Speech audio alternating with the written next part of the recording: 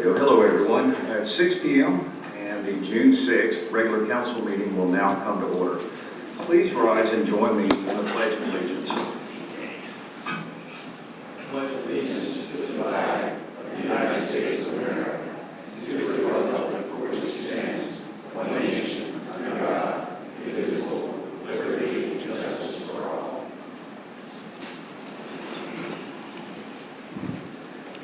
Patty, will you please call the roll? Councilmember Frank Bankert. Present. Councilmember Leslie Notero. Here. Councilmember Lloyd Roberts. Here. Councilmember Jody Shirley. Here. Councilmember Mike Zabel. Here. Vice Mayor Glenn Gunn. Present. Mayor Dave Gaddis. Here. City Manager Lynn Reeves. Here. And City Attorney Randy Mora. Present. Thank you, Patty. Our first order of business is the approval of the agenda. I have two items that I would like to change, and then I'm going to ask the council if there's anything they would like to change. The first is the date on item 4. It should be 2021, not 2019. And then the second item is item 12 and 13. I think that they should be swapped. And the reason why is even though it's probably something that we can pass through pretty quickly, it's still something that someone may want to discuss. So I would like 13 to become 12 and 12 to become 13, and then the new 13 falls into the regular agenda. I'll move to approve with those changes. Second. All in favor? Aye. All right, the agenda is now amended. Do I have a motion to approve the amended agenda? Motion to move. Frank Baker, Second. Leslie Nataro. All in favor? Aye. The amended agenda is approved. All right, let's move right on to item 2, which is citizen comments. If any citizen would like to address the council about a topic not already on the agenda, please raise your hand and wait to be called on. We ask that you limit your comments to no more than 3 minutes. Would anyone like to speak? Yes, ma'am. You in the far right corner, second row. You were first. I'm going to go first. Okay, that's fine. Good evening, Mayor, council members. Katie Cole with the law firm of Hill Ward Henderson, 600 Cleveland Street, Suite 800, Clearwater, Florida. I'm here tonight representing the Los Caracoles Condominium Association, and you had a number of other people raise their hands tonight because there are several residents and owners of other condominiums that are along the beach. And we wanted to speak to you tonight about the proposed ordinance that's been sent to FWC with respect to the swim buoys in the vessel exclusion zone. And first off, we understand that this has been going on for about a year, and unfortunately some of the meeting notices went to the general addresses of the condominiums, not to specific units or the management companies, and so there's been a bit of a game of catch-up for some of these owners to get an understanding of what's happening and why. And so we wanted to come tonight knowing that it's not on the agenda, but that you all have sent a proposed ordinance to Fish and Wildlife that is necessary to come into compliance with what the prior permit was.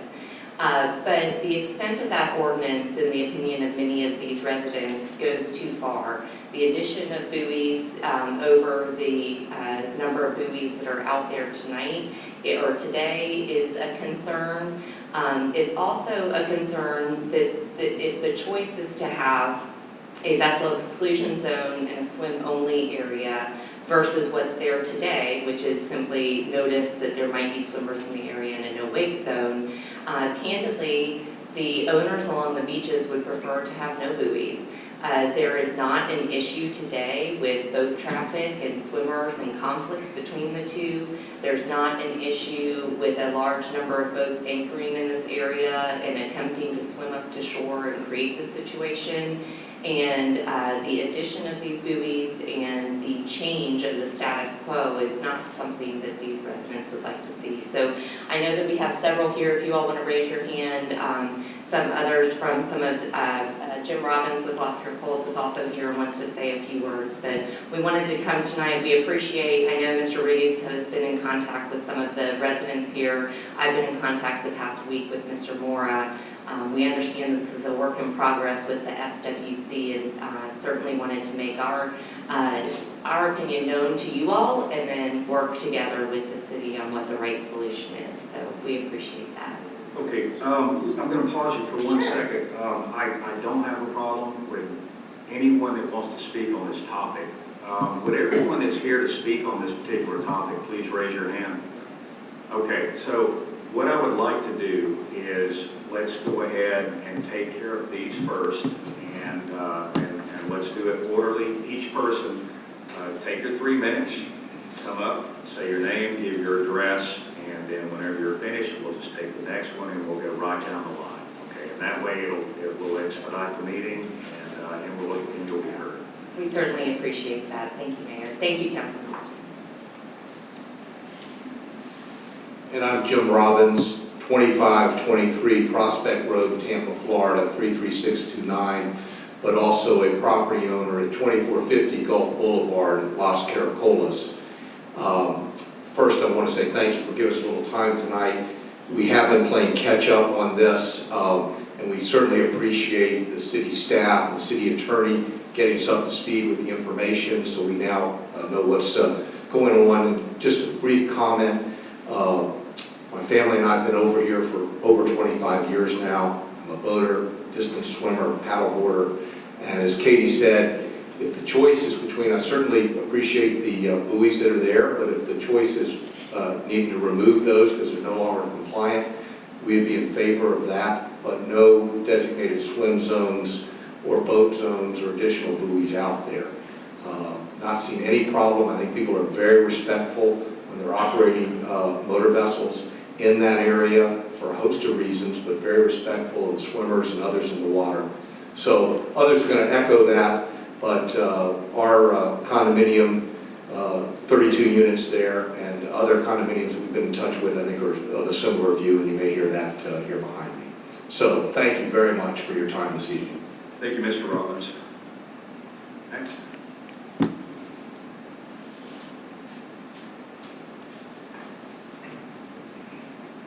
Barbara Riles, 4601 West San Miguel Street, Tampa, Florida. We are owners of a unit at Soli Sombra, 2250 Gulf Boulevard, Unit G1. I have been in contact with all 16 owners at Soli Sombra, as well as owners at Aldea and Sonrisa. Across the board, everyone is against designating a boat zone and a swim zone. We feel that it's not necessary. There really are very few boats that come up close to the shore. And it is not necessary, and it will be unsightly, and we hope that you will respect our opposition and that you will help us with this. Thank you. Thank you.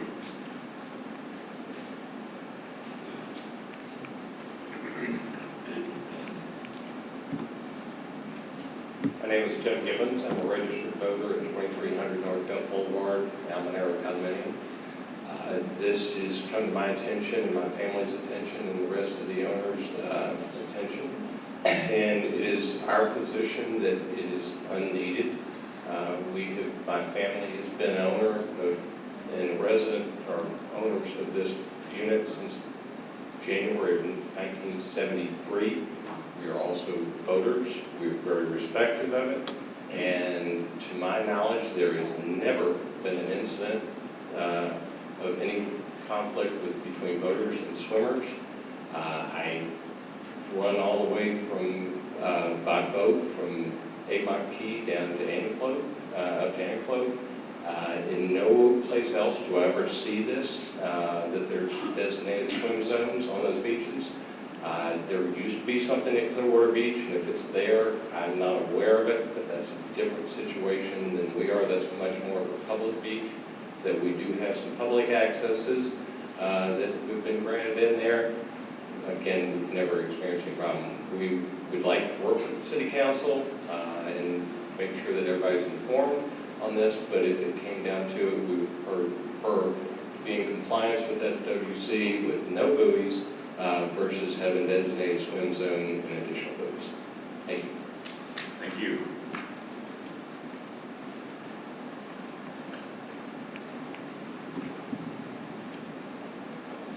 Good afternoon, my name is Karen Mills. My address is 3006 West Euclid Avenue in Tampa, Florida. But I am also representing my husband who could not be here tonight. We are owners at 2450 Gulf Boulevard, which is Los Caracoles. And I'm going to read something that my husband asked if we could read into the minutes. There is no confidence that substantial evidence that has been presented as to the need for swim zones. If the existing buoys are required to be removed by the Florida Fish and Wildlife Conservation Commission, then prior to the city ordinance, there should be rescinded and not revised to create swim zones. The ordinance is unnecessary and represents an attempt by the city to tell people where they can and can't swim in the Gulf. The proposed ordinance has the potential of many unintended consequences, such as creating a boating zone whereby boats can gather, raft up, or even anchor along the beach. If this proposed states that these excluded areas shall be free from restriction, so if the ordinance was adopted, how would these areas be controlled or governed? And then finally, the language of the proposed ordinance is written incorrectly, as the swim zones are shown on the map are described as areas excluded from swim zones.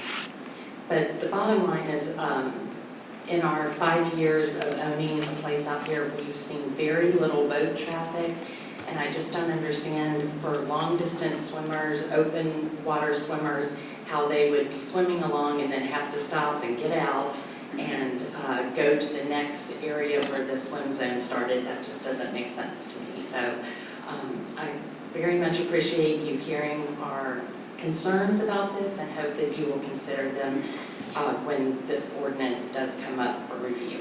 Thank you. Thank you very much, Ms. Mills. Anyone else on this topic? Okay. Thank you very much. And we'll move on to other comments. Would anyone else like to speak? Yes, ma'am. Please come up and state your name and your address. Hello, my name is Nancy Fuqua, and my address is 106 13th Street, Bel Air Beach. I'm a relatively new resident. I want to welcome you all. I received the magazine telling me all about the new council and the mayor and all. And I was glad to read that some of you in here said that you were interested in what the residents felt and had to say. So being a relatively new resident here, it's been about a year now. When I was buying the property, the realtor was telling me all about that I was right across the street from the beach and how wonderful it was and all the things. And my daughter is a new resident here in Bel Air Beach as well, down off of 22nd Street. And so I said, okay, great, sounds great. And we got settled, and I finally went across the street to go see the beach, and I was greeted by this massive sign that told me all the things that I couldn't do. And I was quite surprised, to say the least. And so anyway, it's taken us a while to get settled, and with the new council, when I started talking to different residents and they were introducing themselves to me, I heard so many stories, my head was going to explode. I heard that, amongst the council was not well and vibes were not good. I heard that there was negotiations going on about rescinding the shade code that had went through, because that was probably the one that threw me the most, that you couldn't have any shade at all. And then I heard that the prior mayor initiated a lawsuit, and I've heard so many things that I'm so perplexed now that I don't know where the city is on that issue. But I am very sad because I moved here. 10 of us moved here. The whole tribe came, all of us. And, I have a granddaughter who has a great-grandson now. I have my daughter who resides here in Bel Air now, who is having a grandson. And when we plan to go to the beach, we plan to go to the beach to enjoy, not just walk the shoreline, not just go in the water and then leave.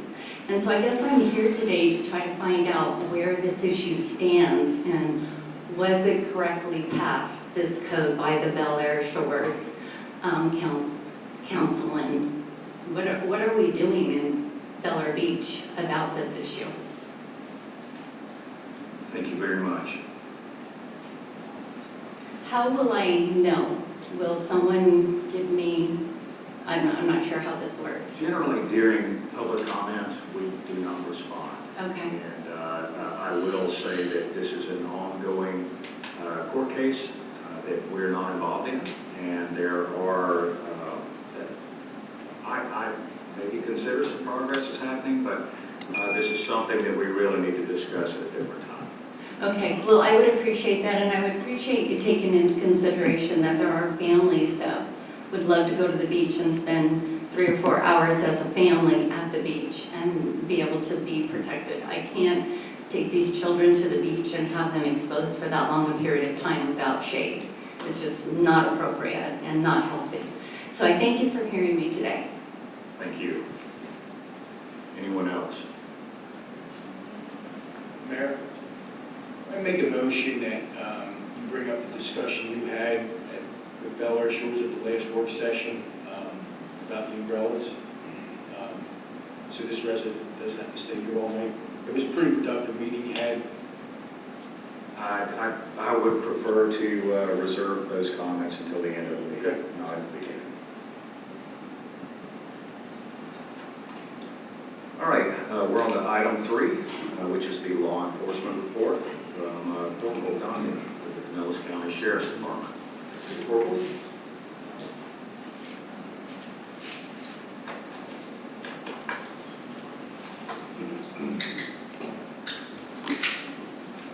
Good evening, Council.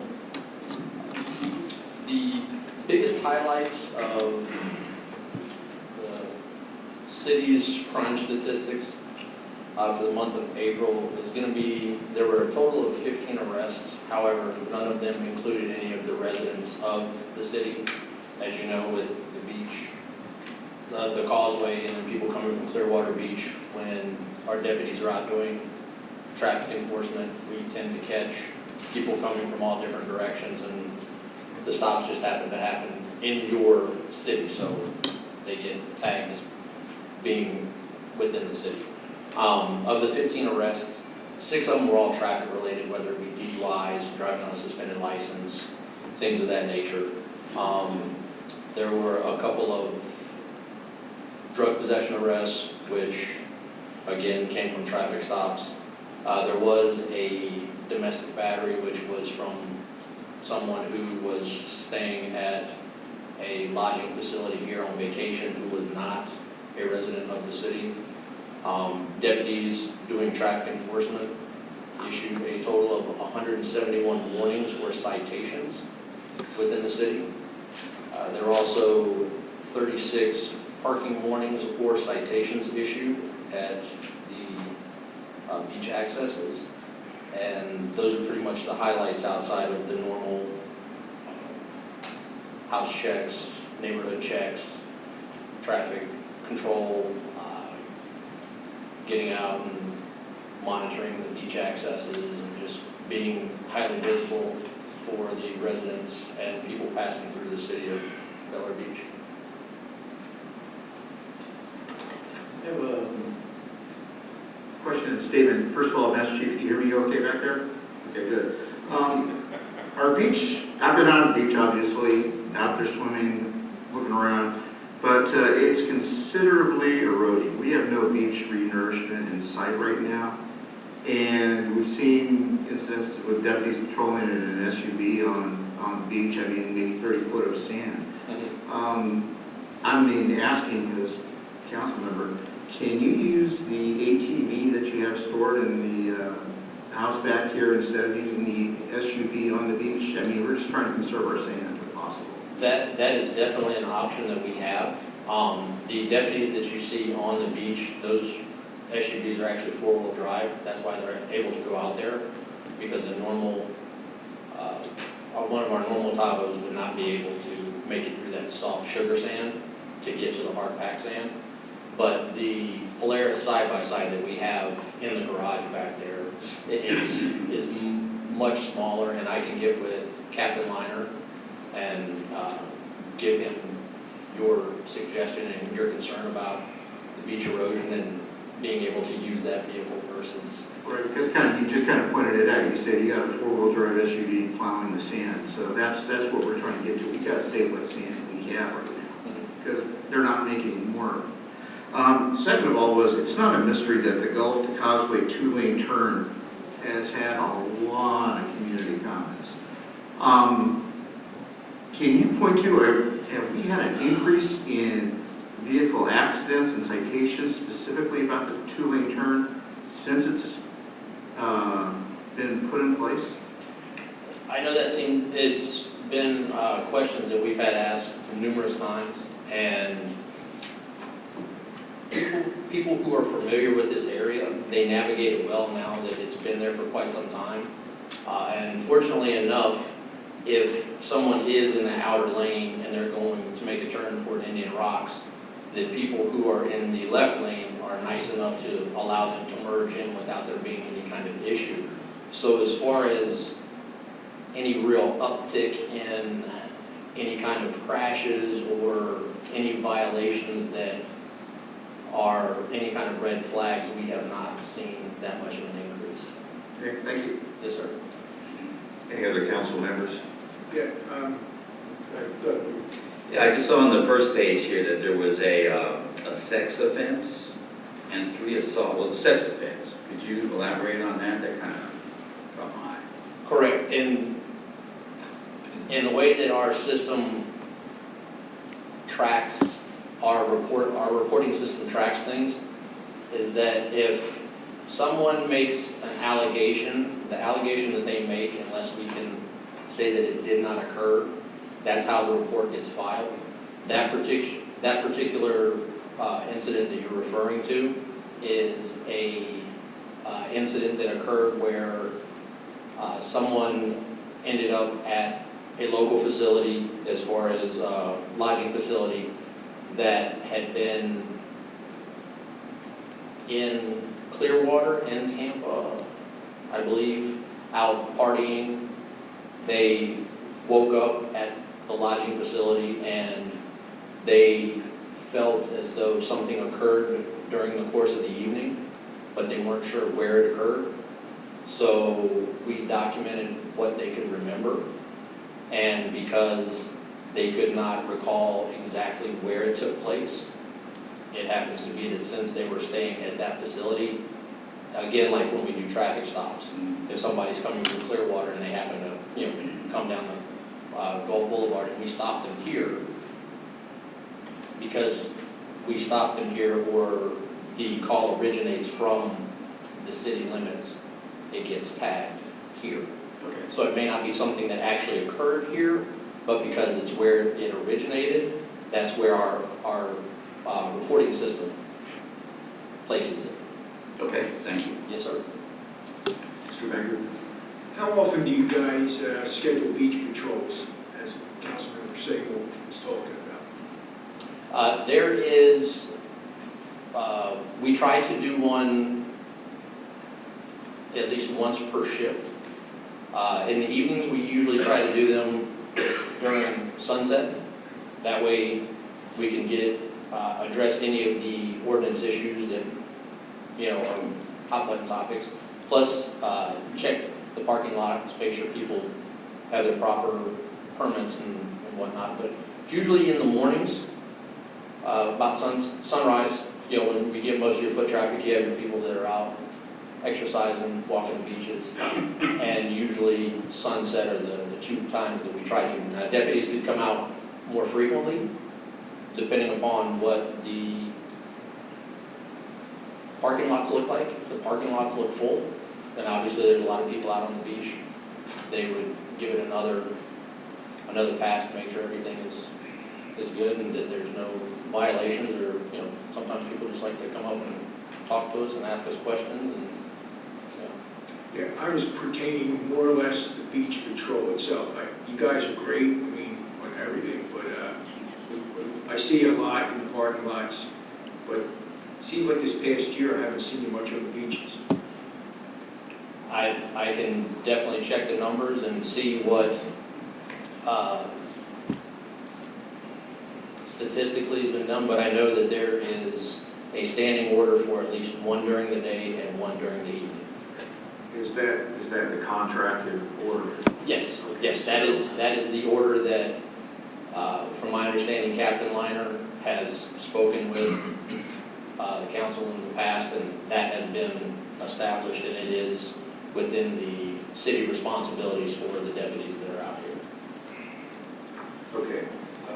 Just curious, whenever you pull into one of those parking lots and you see someone that doesn't have a permit or a sticker, what's the normal routine for you? Well, education is a wonderful thing. There are some people who want to push the envelope because they know that these parking lots are so close to the beach. So there are a handful of people who we've come into contact, education the first time, the second time, then you get a parking violation. But since it is private property outside of issuing violations, there's not much more we can do than that.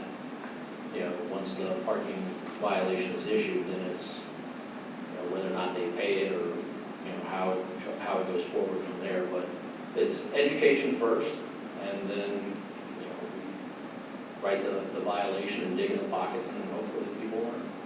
I think that more than likely this council will be having that conversation on increasing patrolling and then trying to figure out, we've already started conversations about what to do about the parking lot, the accesses, and how to handle that. I appreciate your time. Thank you very much for the report. Absolutely. And in regards to the beach patrol, I will get with Captain Liner in regards to the side-by-side versus the Tahoes. Thank you. Yes. Any other questions? Nope. Thank you. Thank you. Yes.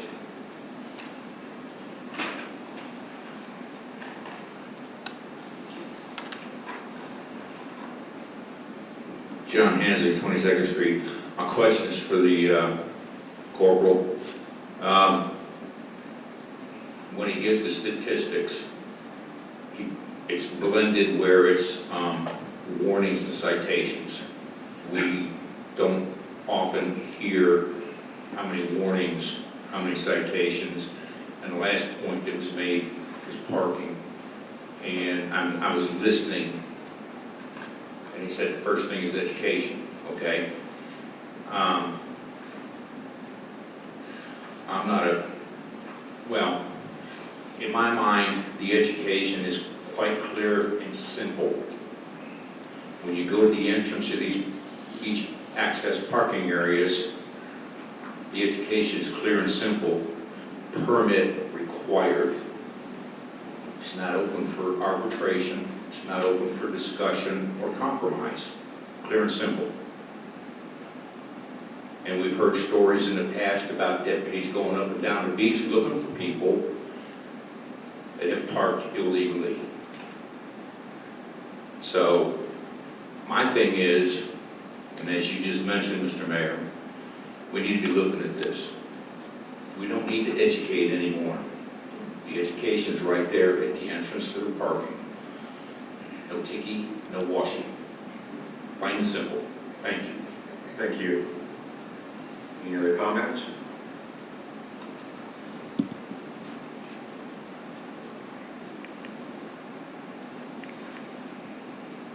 Jules Chandler, 3207 Hibiscus Drive West, Pepper Beach. Regarding the any violations or accidents that we had or didn't have on that left turn signal, I, as well as most everyone here that's on the north side of the bridge, would be turning left. Sometimes you're in the right left turn lane, sometimes you're in the left turn lane. And people are not always kind with letting you in. People are always trying to, not always, most of the time, it just seems like to me, it seems like it's not working. And the residents that I'm speaking with are saying that it's not working. I think it was initiated to ease up traffic, but now, the way it is now, you cannot turn left on a yellow flashing light. Whereas before you'd stop, and if there was no oncoming traffic, you could turn left. You cannot do that anymore. So traffic is backed up the same amount that it was backed up before. But unfortunately, if the sheriff's car is there, you know people are going to be paying attention to the traffic. Kind enough to let somebody come in. Not necessarily honking or giving the finger for somebody that they think is cutting them off. That being said, so it's not really apples to apples, I think. I just think that it's something that we should look at again. I don't believe that it's working. That's it. Thank you. Thank you. Any other comments? All right, now we move to the code enforcement report. Deputy Flapka is not here tonight, and City Manager Reeves will be presenting. Yes. Mayor and Council, you've got a copy of the code enforcement report. We have 52 incidents that happened over the month. Most of them are checking permits. We had 11 items that weren't, there was no violation, even though we got a call to check something, or they thought it was a parking violation or what have you. We did start a process with trying to encourage the rental registration at a couple of the condos where it was lacking. We did start a program there where the deputies going to check to see. And I will say it became fruitful because we had about 12 people that paid their rental registration fee that were renting. So that was a fruitful situation. We had 11 permit checks, 3 parking issues, and 4 landscaping. Other violations are just things that we follow up on. But for the most part, it was a relatively quiet month for code. Thank you very much. Council, any questions? I do have one, Mr. Reeves. As I drive around in Bel Air Beach, I noticed that there are a few addresses that have trees, shrubs, hedges that are beyond a clear violation. They're literally hanging out over the streets. They are blocking neighbors' views, trying to exit their driveways, and they don't seem to be. I don't think we're enforcing that properly, or maybe I'm missing something, and maybe we need to look at the code again. But definitely something that I'd like to have a deeper conversation with, and find out what can we do about this. Is it just a directive at this point? Yeah, it's code enforcement officer. We've had a few, I will tell you, in the last week, in fact, we had a few, and we've sent a couple letters out about those situations. Typically, they're reoccurring. The same person's doing it again. You tell them to cut it, and then they cut it, and then 2 months later, it's back in the same situation. So the ordinance does say you can't go out beyond the curb line and things of that nature. So I'll relay that to the code officer, and we can follow up if you want. Okay, thank you very much. Any other questions? No? All right. Let's move on to item 4, which is consideration of accepting the annual comprehensive financial report for the fiscal year. Oh, before we do this, Patty, what happened to Vice Mayor Gunn? He's there. He is there. Okay, there he is. He's square as I'm sorry, you were not a member of the Brady Bunch for a few seconds. All right, great. So anyway, back to item 4, consideration of accepting the annual comprehensive financial report for the fiscal year ending September 30th, 2021. First off, do I have a motion? So moved. Motion made by Jody Shirley and second by Lloyd Roberts. Okay, do we have a representative from Salt Marsh, Cleveland and Guns CPA? Yep, right there. Yes, Okay. Let's hear it. Good evening, my name is Chuck Landers with Salt Marsh, Cleveland and Gunn. I have the fortunate opportunity to serve as the audit shareholder for the city of Bel Air Beach. We greatly appreciate the opportunity to serve as your auditors. In the past, you've seen Janine Bittinger and Richard Christini. They have since retired. I do believe they still may be doing some consulting work around, but they're no longer with Salt Marsh. And I have the privilege of serving as the audit shareholder. I believe you have the draft financial statement in your packet. Yes, we do. I'm happy to go through it, not in a lot of detail, but the most important thing is that it is an unmodified opinion, so that's the cleanest opinion that an auditor can give. So we're saying that that is what the city has. If there's about a dozen pages that I would point out some information on, but we don't have to go into a lot of detail other than that. So I'm kind of at your mercy of how much detail would you like to go into? Well, if you have a Reader's Digest summary you'd like to give us, that would be a great start. All right, Reader's Digest. We're going to just talk about a few numbers then, some that I would say are worth discussing.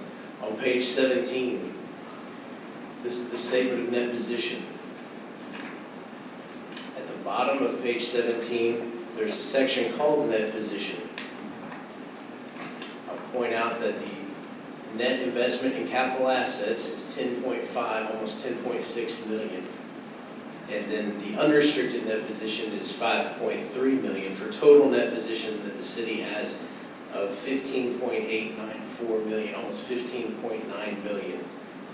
That is an indication that the assets of the city far exceed the liabilities of the city by approximately 15.9 million. So that's an important number that I would point out. I would then turn to page 23. This is the fund balance, budget, and actual for the general fund. You'll see that in the middle of the page is the final budget for the general fund. About halfway down, total revenues were budgeted at $2,377,000. Actual came in at $2,708,000 for a favorable variance of $331,000. I would then jump to the bottom, almost to the bottom of that page, for the net change in fund balance, the third column over, actual increase of $192,200, which is a favorable variance of almost $185,000 over budget. Tremendous. I would turn the page then to page 24, and the only item I'll point out here is that in 2021, the city created a stormwater fund. And you'll see that this is the statement of net position that includes the stormwater fund and the marina fund, and then a combination for those two funds combined. I would only just point out that page because the stormwater fund was new in 2021. I would then draw your attention to page 44. This is note 5, the change in capital assets. And this is a reconciliation that takes you from the capital assets at the beginning of the year, the additions, the dispositions, and the transfers to the end of the year. Being a municipality, that is an important amount of information to understand what the city has, what's being added, what's being disposed of. So I just point that out to you. So we'll continue with further good news on page 85. Municipal audits have to be done in accordance with governmental auditing standards. This report is the independent auditor's report on internal control, financial reporting, and on compliance and other matters based on an audit of financial statements performed in accordance with government auditing standards. There are the two most important sentences in this two-page report. The first one is the next to the last sentence on the first page. Given these limitations during our audit, we did not identify any deficiencies in internal control that we considered to be material weaknesses. That's the sentence you're looking for on that page. If you turn the page to page 86, in the paragraph Compliance and Other Matters, the last sentence of that paragraph, the results of our tests disclose no instances of non-compliance or other matters that are required to be reported under government auditing standards. That's what you want to hear in those reports. Absolutely. Then the last bit is the very last page on page 89. This is the independent auditor's report on compliance with section 218.4 and 5 of Florida statutes regarding the investment of public funds during the year. And our opinion is, in our opinion, the city of Bel Air Beach complied with all material respects with the aforementioned requirements for the year ended September 30th, 2021. So all in all, you have 4 positive opinions through this report. Thank you very much. Council? Mr. Gunn? I would say that the one thing I didn't see that I was used to seeing in past reports was trends and forecasts. And I don't know if that's something that you just don't do anymore, but it was interesting to read that stuff and draw your own conclusions when you look back at the different years. Yes, Seems sir. like Trends and forecasts, that would be information that is outside of the basic financial statements. There is the statistical section, which shows historically information, and you can come to your own conclusions on trends from that. But that, I believe what you're referring to would be outside of the basic financial statements. It could be included. There's nothing to say that additional information cannot be there. So if city council would like to have city staff include additional non-required supplemental information, we can do that. where was this statistical information? The statistical information starts, if we turn to the... I see section 3 right now. Did you find it, sir? I did. Okay. And I would encourage everyone to read the management discussion and analysis as well. That's kind of a plain English version of all the numbers and notes that us accountants talk about. Any other questions?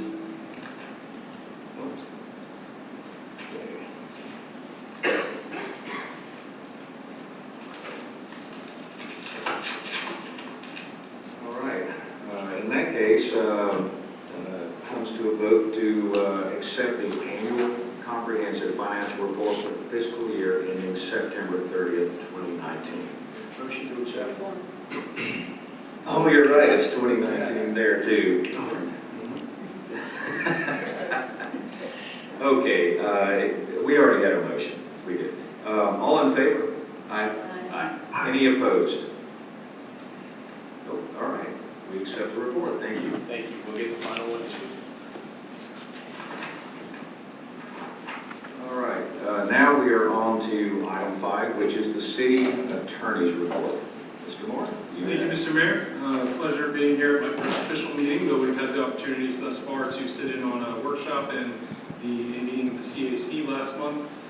We are off to a good start. I met with Manager Reeves for a few hours on Friday to talk about a series of action items, begun preparing and transmitting research on some of the pending issues, beginning to review ordinances that have been prepared and are in the hopper to try and advance those and make sure they've gone under my own independent review. With that, I'm happy to answer any questions you have or concerns to this point. Council? Vice Mayor Gunn? No? I do have one. Your evaluation and planning, does any of that have to do with the sign ordinance? I'm not specifically, though I have that as an action item based on the research, or rather the interview process that we went through, I've not yet reached that issue, as there were some that were more time sensitive, namely the FWC buoys issues and others that have been percolating. I also You were all sent a memorandum that I prepared concerning text messages as public records and digital media as public records. That was not, I sent it without a lot of context. That was not prepared as a result of anything specifically in this community. I've been doing that research on behalf of a handful of communities based on litigation I've been involved in, and thought it best that all of our elected officials be aware of that, and that's been sent it's been sent here and in the other communities that I serve in. Back to your question about the sign code, as you know, tonight we're talking about the interim manager. As that interim manager establishes the priorities and needs, we'll certainly address where they feel that fits in based on the existing needs and need to catch up on that legal issue. Okay. All right. Thank you very much. Anyone else? No? All right. Moving on to item 6, which is the city manager's report. Take it away, Mr. Reeves. Mayor and Council, the report is in your agenda packet. From some of our discussions over the last couple of meetings, the drainage project evaluation will start. We started looking at doing some Camry. Gulf Boulevard undergrounding, we're still waiting on Duke Energy to come forward with their bid and final estimate and design. 7th Street boat ramp renovation along with the 16th. We've given a notice of award and the contract has been executed, and the company is in the process of giving me some timelines for when materials can be delivered. City seawall project, that's on hold for funding. At some point, the city council needs to determine if they want to replace the playground in Bayside Park, small kids playground. And tonight we're doing second reading of 94, which has been a long time coming. I did get information today that's not on this report. The sheriff's increase is going to be 5.18%. You were given your budget at your seat tonight, the updated budget with the current property valuation. And we have a budget work session on the 20th of June. And we still are waiting on waste management. That's really the only other thing that's outstanding that we don't have a final cost on. Because they are going to ask for some additional increase. That's it. Council? Vice Mayor? All right. Thank you very much, Mr. Reeves. Now we're on to the city clerk's report. Ms. Gentry, you have the floor. The main thing is the city manager search process, so I'm doing spreadsheets for all of the scoring for each applicant, and then when that's complete, the committee will meet again and review those so that they can get it to council. And then for the future projects, these are just things that are in the archive room that need to be, on an ongoing basis, they need to be done. So scheduling things for destruction and reorganizing. We have a big condominium cabinet that's full of the plats and the blueprints, so straighten that up. And that's it. Any questions for Ms. Gentry? No, but Mr. Mayor, we have citizen comment. Sorry. We have a citizen comment. Yes. Oh, there you go. Mr. Hanson, please step up to the podium.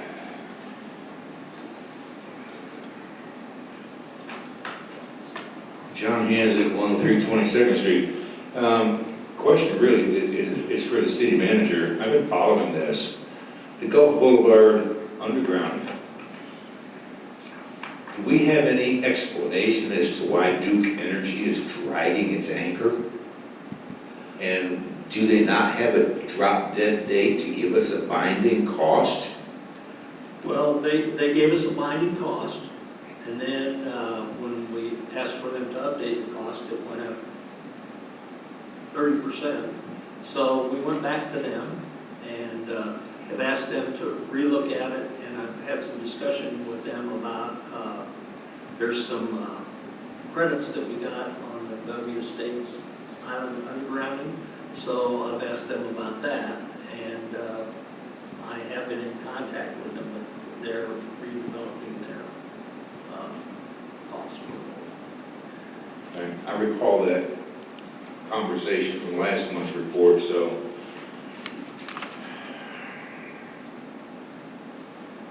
just worry about things going through the roof. You know, we went through this last week with the bid on the stormwater. Thank you. Just for future, just to let everyone know, it's generally not a back and forth conversation with the city manager, the city attorney, or the city clerk. That's why I did not call on anyone, and I went ahead and another council member called on you. But generally, I'm not doing that. So that's not the way that this council runs, and we'll reserve our comments for the beginning of the meeting or during agenda items, and this is not part of the regular agenda. So I apologize if there's any confusion, but I just wanted to make that clear. All right, let's move on to number 8. Mayor? Yes, sir. Vice Mr. Gunn? I'm still talking about the city clerk report. I guess I had a question. We're talking about the city manager hiring process. We were pretty diligent in establishing a timeline and some of the processes and some durations and stuff. And I'm just wondering, are we ticking down that timeline like we kind of outlined? Are we sticking to the timeline that we kind of forecast, or has that changed? And also, what are we looking at for the conclusion and for the city manager hiring process? When do we foresee that being completed? Yes, I think we're doing very well on the timeline. And then as far as completed, I really don't. Can you help me with that, Lynn? As far as when will the completion be? I mean, we have dates set, but. Yeah, I don't, unfortunately, I don't have the calendar in front of me, but there was a calendar that was sent out to all the council members. The next meeting was going to be like this 8th. Right, and Patty, I know she's working on the scoring sheets to get we got everything in, and she's working on putting the scoring sheets together to put a spreadsheet to give to the Citizens Advisory Council, to have a meeting to confirm who their 5 candidates are. And then after they have their confirmation, then that'll be given to the city council. Now let me clarify. You're not scoring the candidates, correct? No. You're compiling the score sheets and handing the data packets off. That's correct. Okay. Yes. All right, just want also to make sure, is we went through that schedule twice. We had the changes from the city manager, I submitted those back, but I still haven't seen those back from you, that we have an approved timeline. I thought we sent those back out. Which one? The updated one that I remember seeing an updated timeline, and that did have the ending, it had the complete. I think it's August. Day one for the end. But I don't have it in front of me, but there was what you sent back, Yeah. there was not much modification.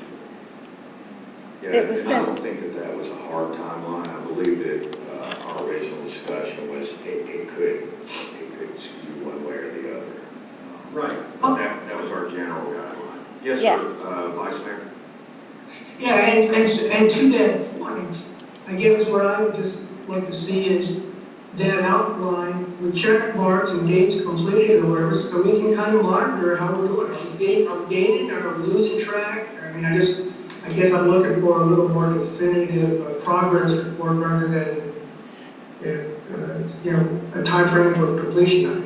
I guess if you can show me that we're sticking down all different processes, then it kind of makes sense whether we're ahead of the process or behind, if we're not going to complete it on time. That's all I have. Yes, we are doing that. And so right now, what I'm doing is doing the final on to get all the numbers in. Then we can set the date for the next meeting, which was the 7th or 8th. That was on the timeline that was sent out. I mean, I can send it out again if the vice mayor doesn't have it, but we did send it out revised. And then, like Lynn said, it's kind of in flux because as each part comes due, then that determines a date for the next one. But I feel like we're sticking pretty close to the original timeline. Yeah, well, I think we're very close. We might be slipping a day or two on the scoring because I think we were a little aggressive with it. Well, we were out 2 days. Right. Yeah. And Patty was, and because of the COVID issue, we were behind a little bit. But she's working on them. She can probably tell you how far she is along the 28 applicants, and then she's going to do a one sheet that basically says this is what every person scored. Okay. I think what Vice Mayor Gunn, I'm sorry. I was gonna say, could you just maybe update us all in an email where we stand? Sure. That's what I was going to say. I think Vice Mayor Gunn is indicating that we're kind of in a update black hole and we really don't know what's going on. Any other questions? All right, let's move on to ordinance number 2201. This is the second reading. Mr. Morrow, would you please read the title of this ordinance? Happily, Mr. Mayor, I'm pulling up, just getting to that page in the agenda materials.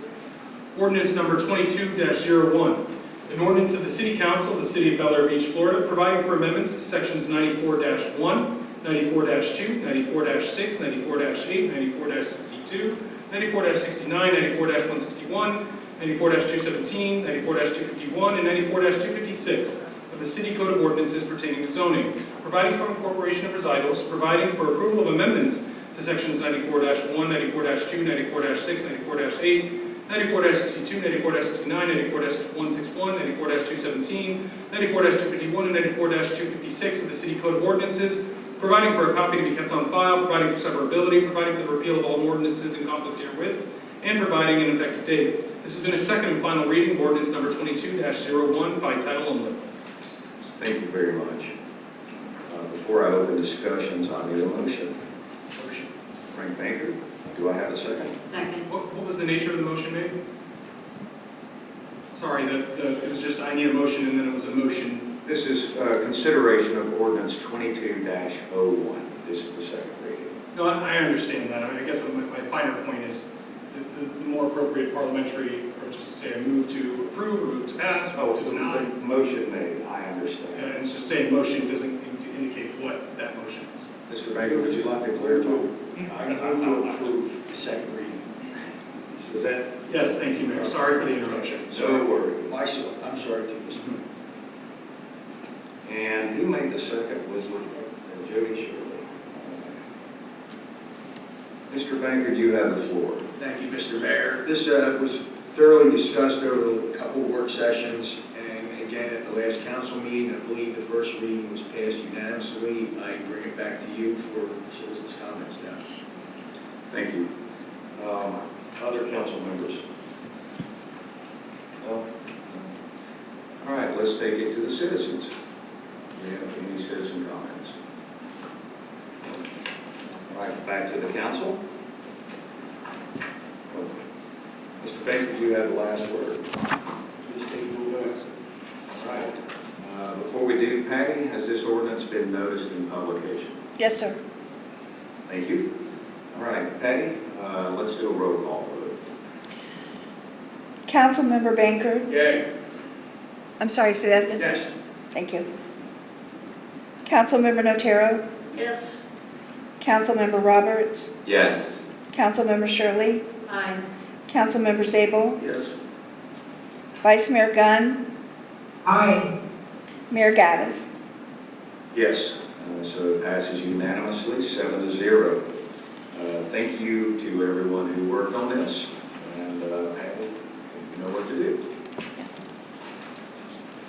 All right, we are on to the consent agenda, and we changed a couple of things, but I think if I've got this right, we're going to be discussing, or not discussing, but passing items 9, 10, 11, and what used to be 13 that is now 12.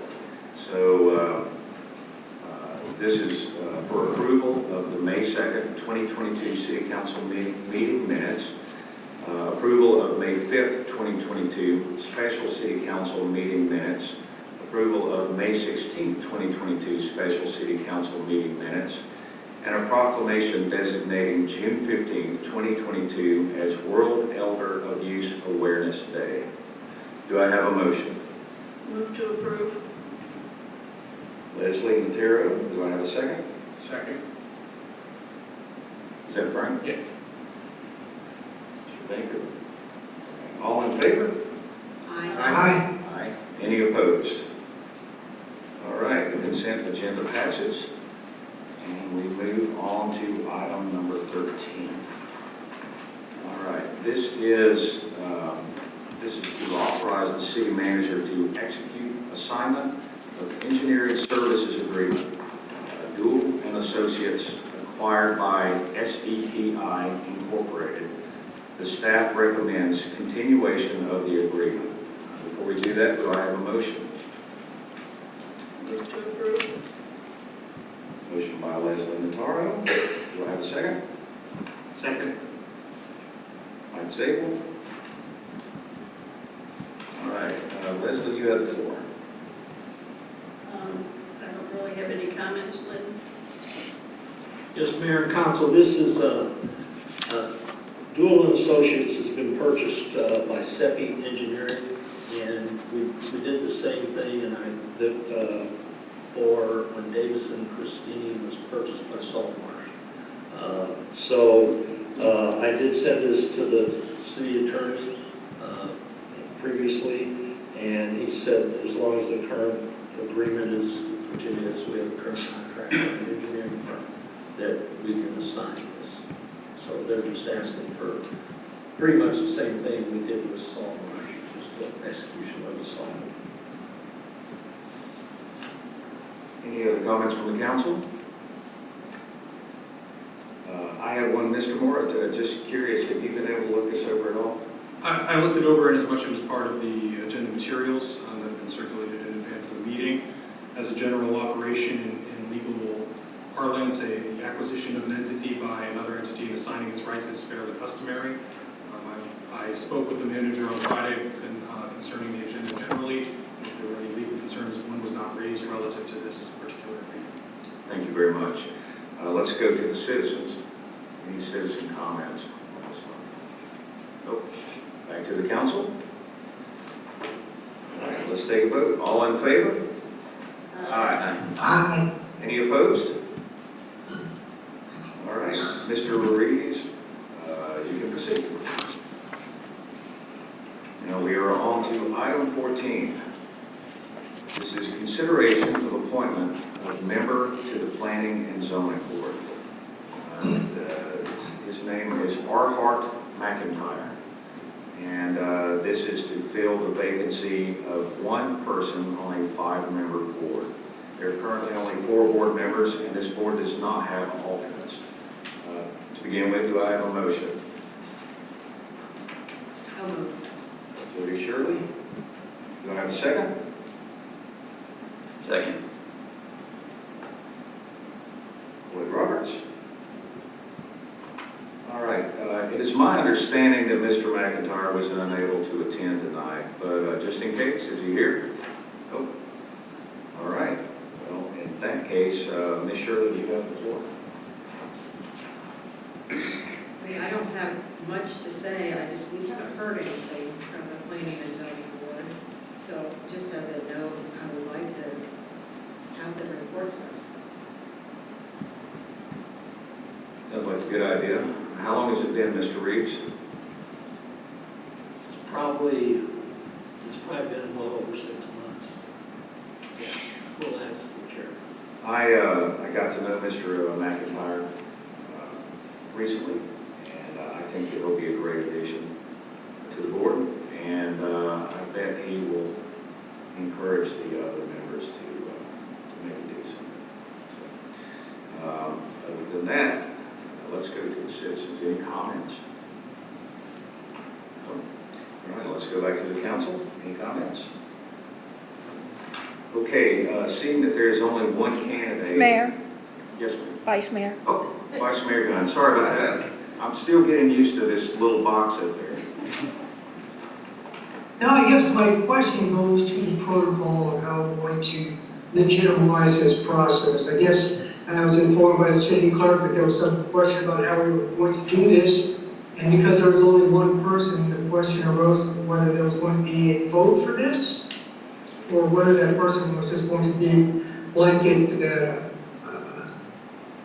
move into that position. So I guess I've given it some thought, and my question is, because people on boards and committees serve at the pleasure of the council, it in my mind is necessary, even if there's only one person, that person has to be appointed by the council. Because I think there may be some future possibility where one person is available to fill a vacancy, but that person may not be the person with the qualifications or the temperament to fill that role. So in order to avoid any future problems, I think it's necessary for us to establish a precedent to this thing and say, hey, even if it's only one person, we need to legitimize the process and say, yes, that's the person we want to fill that vacancy. So that's where I just state my opinion, and as a chair, that's your decision. Thank you. Let me share my thoughts on that.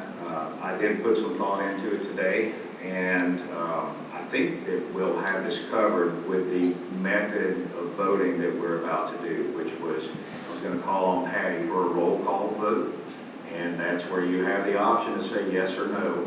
And we all know that it takes at least 4 people to pass a vote. So I think the system works. I wasn't going to ask for an all in favor. It was more of the typical vote.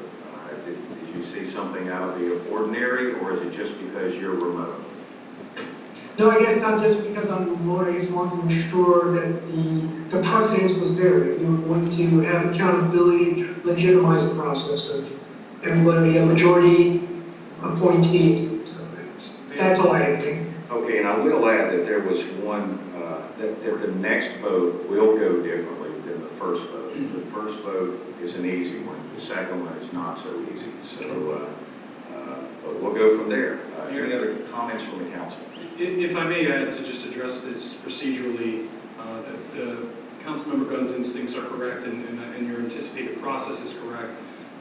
An applicant's submission for consideration absent any other contender doesn't entitle them to the seat. This body is well within its right to allow a vacancy to remain. I'm not suggesting you should here, but if it was your prerogative to say we'd rather have the vacancy than whomever has submitted, you need not necessarily establish precedent by your decision tonight, but just doing so is perfectly appropriate. The board members are appointed by this body, and this body is not bound in its discretion in that regard. Thank you for that comment. Can I add to that? And when we, Mr. McIntyre is appointed, what is our process to allowing him, to letting him know that he's been appointed? We just call him and tell him so? Or is there a document that we say, we've appointed you to this position, but you're serving at the pleasure of the council, and, you know, it's kind of an agreement that they understand that they could be removed at some point? Because clearly that's been an issue in the past.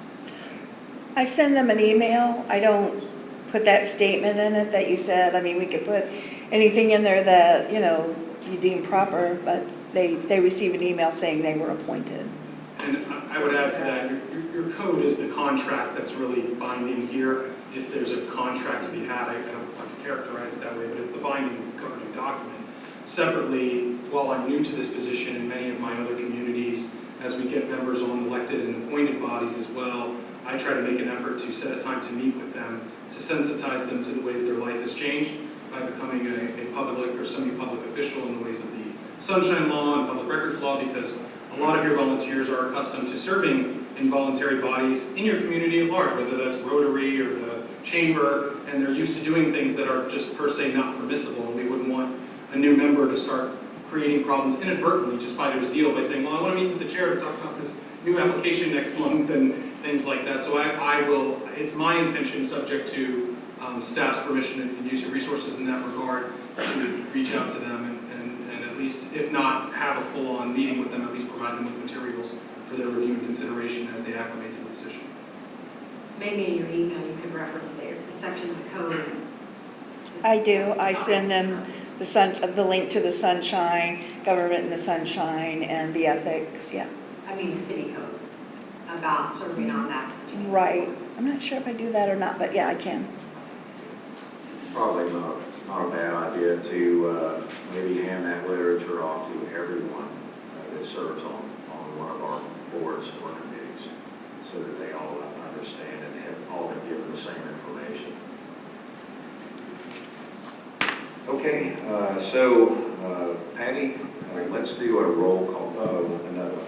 That's all right. You had mentioned earlier that you knew Mr. McIntyre.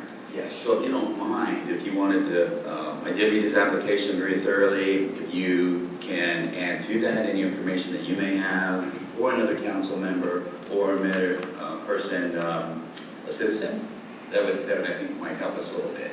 Well, let's start with citizens. Is there anyone out there that would speak on Mr. McIntyre's behalf? No? Okay. Anyone on council? Did I miss why he was in here tonight? Reason? He did not say, Patty. He's out of town. Okay. Yeah. That's fine. Okay. You know what? I've spoken with him whenever I was running for office, and got to know him a little bit on both. And seemed like a nice guy, very knowledgeable, very professional, and I think that he would be a great asset. As far as his qualifications, I really didn't see anything in particular to our city, but I did see the executive leadership. I see he has a very extensive 40 years, in fact, in his professional life. And I don't know, it just seemed like a sharp guy and somebody that I would highly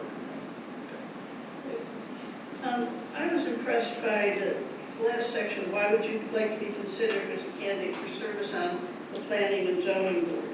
He was attracted to the peace and tranquility, isolation from commercial infringement, to protect and preserve the attractive qualities of Bel Air Beach, and I think that's what we need our Planning and Zoning Board to do.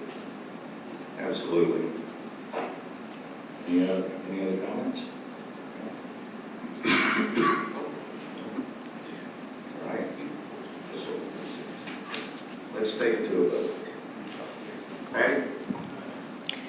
Councilmember Banker, Approve, yes. Councilmember Notero, Yes?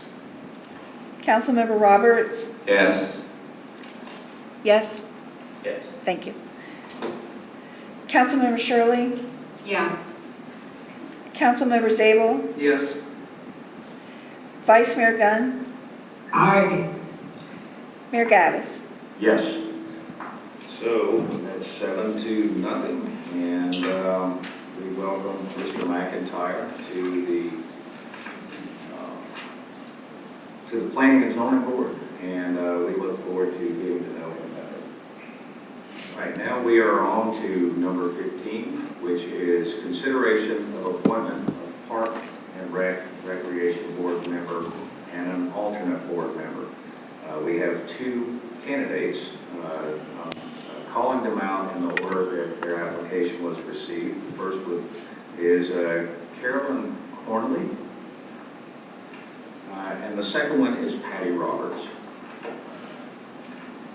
All right, this is to fill the vacancy of one person on a 5-member board and one of the 2 vacancies for alternates. There are currently only 4 board members, and this board does not, oh, sorry, I copied something off there. I pulled the panic, didn't I? All right, so before we get started, do I have a motion? So moved. Jody Shirley, do I have a second? Second. Okay. Question, what are we moving for? Because are we moving for one person for a regular member, one for an alternate? What we're going to do is we're going to knock out both at the same time. Okay, and I'll explain that, but we can go ahead. Whenever I say consideration, I named them both.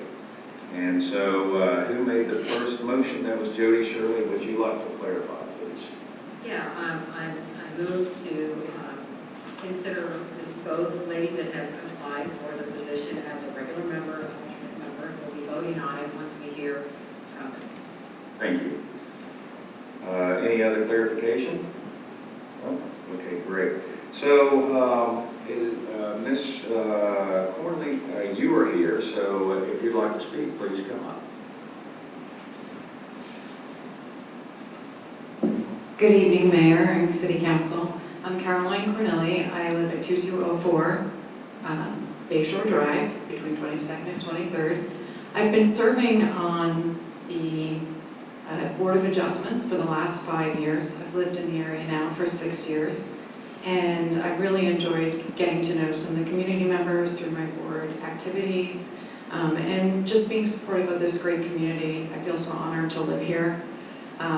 The reason for me wanting to move into the Parks and Recreation Board is I thought that was a much better fit for my skill set, my background. I've been in finance for over 20 years, and I have great planning skills, so I'd like to lend my planning skills to the board and help manage the financial aspects. So I really hope to be able to contribute in that capacity. Thank you. First off, let me apologize for mispronouncing it. That's okay. Second, do we have any questions from the council? Sure. If appointed to the board, what would you like to do besides the finance? I mean, what are your thoughts for increasing community participation? I think one of what stood out to me is for one of the last events that I live in the community, I'm pretty active here, I'm always running, and I didn't even know about the event for the Sinatra event. And so I think we have to do, look at how we're advertising our events and to get the word out. There were some signs but really how our community outreach and how we get in touch with our community members so that we have greater participation and really understand what are the type of events that our community members would enjoy. So by just looking at what do we have good attendance on, what are people giving us, having communities having suggestion boxes of what they would like to see in the community, or just getting the word and finding out from our community members what activities they would enjoy would help to increase the participation. Thank you. You're currently on the Board of Adjustment, correct? I resigned from that board, Leslie Santaro. Any other questions? All right, let's go to the public right quick. Any questions? All right, back to the council.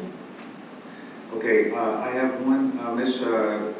Cornelli, if you are not selected as a board member, are you willing to serve as an alternate? Yes. Okay, thank you. What is the differentiation?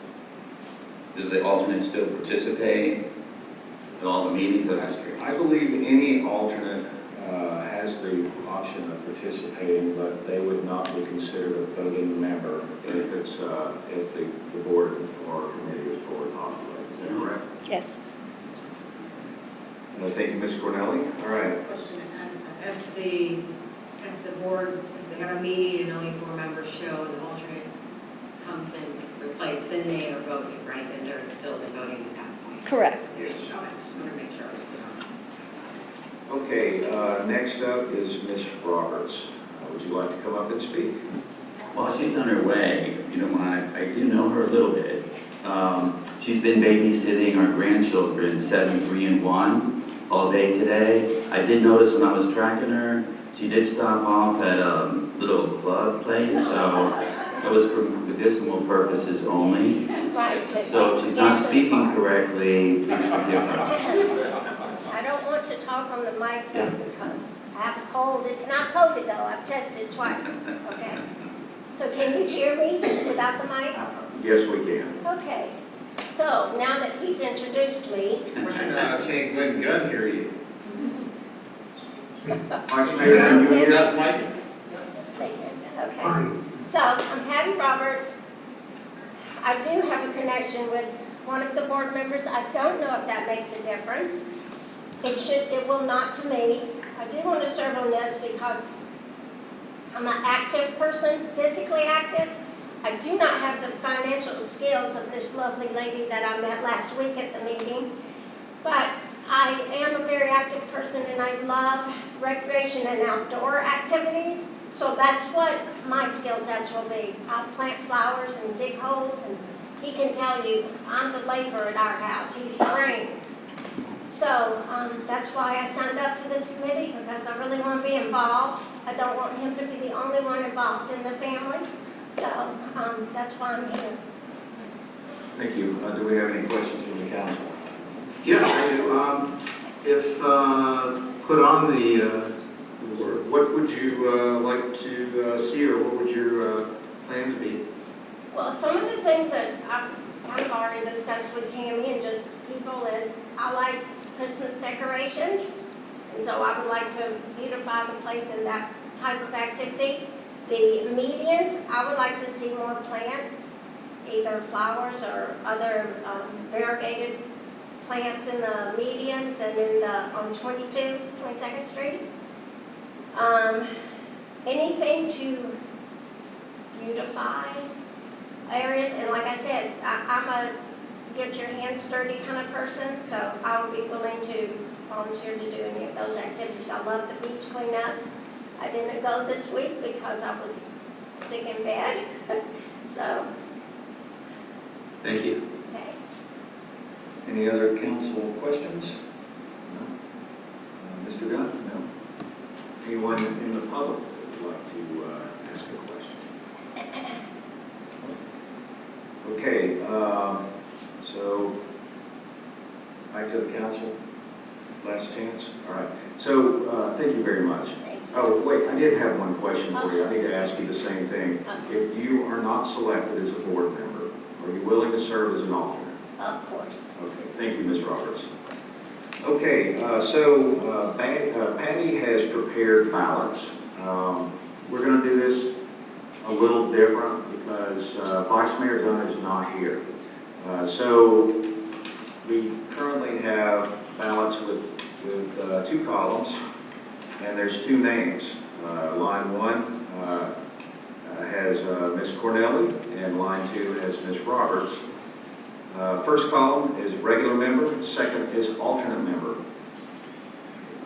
Whenever we take the vote, you're going to put a Y in whichever candidate or neither that you would like to vote for the regular member, and then you will do the same for the alternate member. Remember, you are not required to check yes on either box, but it does require a minimum of 4 votes for each candidate for them to be elected onto this board. So in Vice Mayor Dunn's case, what you will have to do is just hold up your ballot sheet. Does that work for you? Okay. Great, great. All right, so does everyone have a ballot? And if so, let's go ahead and vote.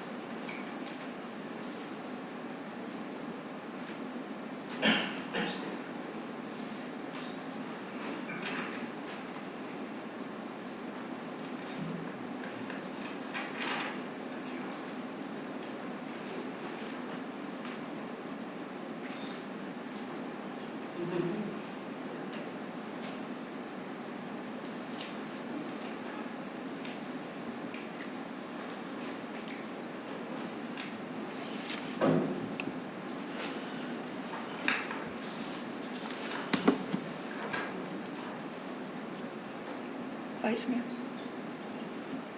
Ballot?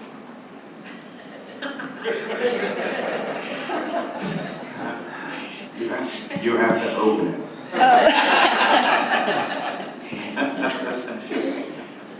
Vice Mayor Gunn, you have to open your ballot. Are you ready for mine? Well, we'll start with you, sure. Okay, so, I can't see it. Okay. Looks like the one for Ms. Cornelli on the regular. Regular member and Ms. Roberts for the alternate member. Okay, there, now it's up. Thank you. Councilmember Bankard, Ms. Cornelli for the alternate. Wait, you're gonna say who the votes were for? This could give you big trouble.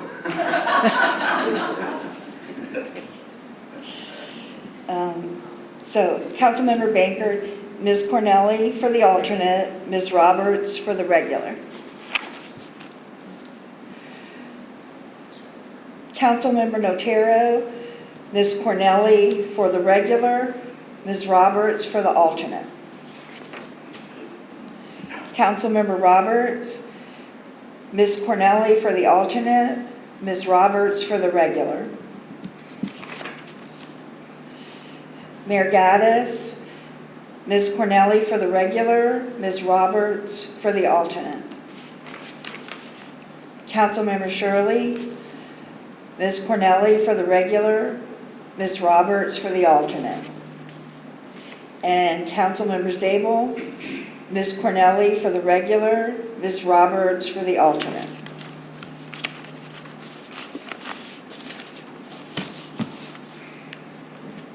Okay, we have 5-2 on the regular for Cornelli, and we have 5-2 for Roberts on the alternate. So Cornelli is the regular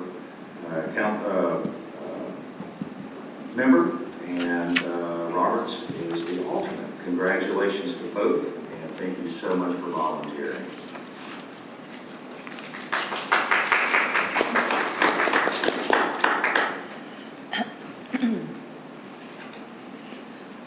All right, we're on to item number 16, which is consideration of appointment of an interim city manager during the city manager search process. First off, do I have a motion? And please clarify. So moved. That doesn't work. I move to consider the appointment, where are we down here? The interim city manager.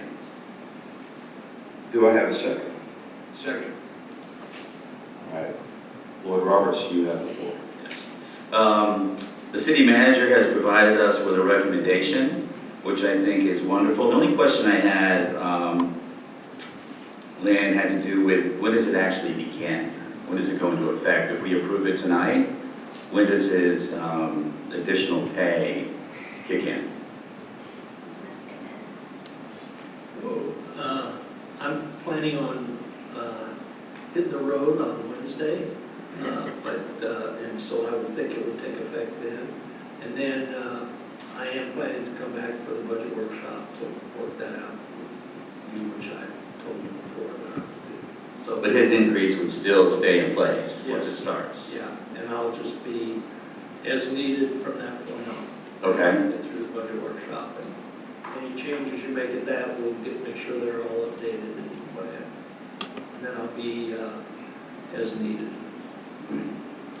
We'll be on vacation. I'm taking, what do you call it, terminal vacation. Okay. I would like to make a recommendation for one minor change, and I spoke to Mr. Reeves a little bit earlier tonight about this. So it's currently listed as $2,000 per month. I would like to alter that slightly to say $1,000 per pay period, which is every 2 weeks, just to make it more rounded rather than have to multiply the $2,000 by 12 and then divide it by 26. You know, to come up with some number. You just gave him a raise. I did.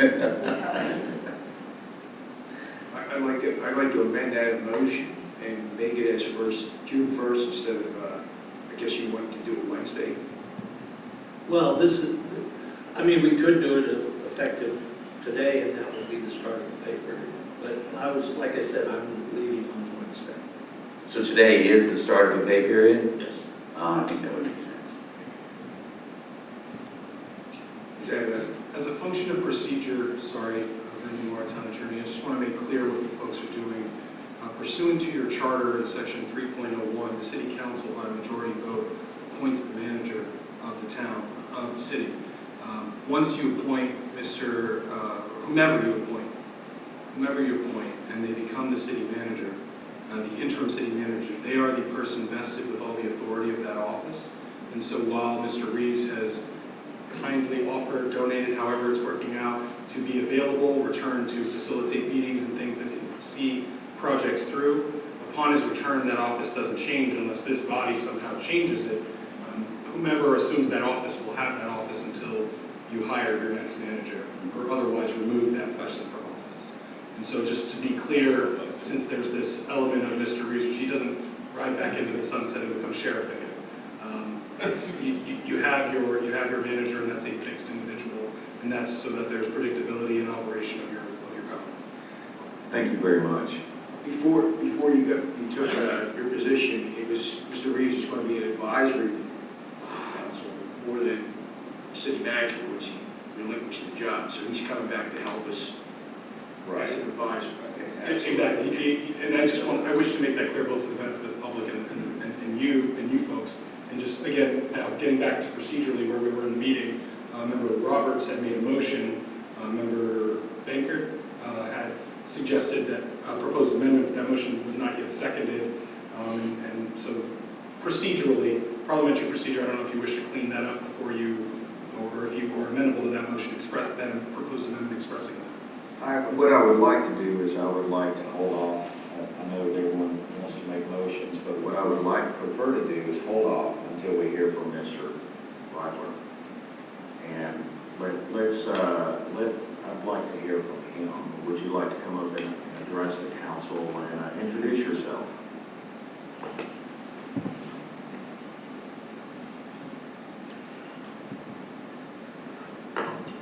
Kyle Riefler, the Assistant City Manager for the City of Bel Air Beach. I'm looking forward to having this opportunity if you guys see fit. I'm excited to work for this wonderful city. Been working with Mr. Reeves past 2 months, getting familiar with everything I was not already familiar with. And during the time as an interim city manager, I am confident that I can prove to you that I'm capable of, for your consideration for the full-time position.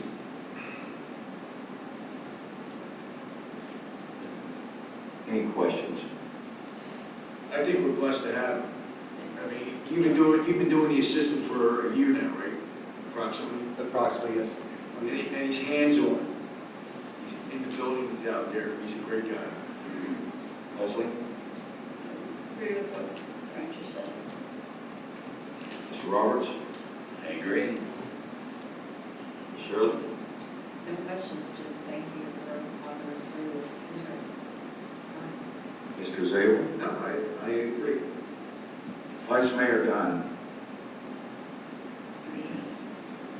I think the city attorney had some concern about this. Just want to make sure we know what we're doing, because with my background, there is such a thing as just acting. I mean, he carries all the authority in the absence of the city manager, but it kind of clears up this concern of the city attorney. But I'm all for him. I think Kyle can very appropriately handle the lower of the city manager in his absence.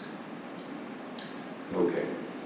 I know that you had a motion, and you had a motion, so you went first, and you wanted to change it to $1,000 every pay period. Yes, sir. Is that correct? All right, and then we have to go with that one first. So do I have a second on that motion? Second. That was Mark Zabel? Yes. All right.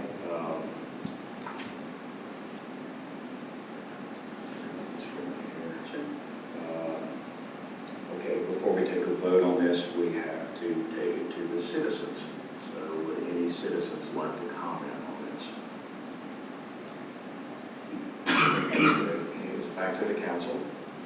You're there. Can we do this just by a voice vote? All in favor? Aye. Any opposed? Okay, so you just got a raise and you're not even hired. Okay, so there was a second motion, and that was brought about by Frank Baker. To start it at this pay period, which is today, I believe you said, yesterday. Yesterday? I'm sorry, Tim.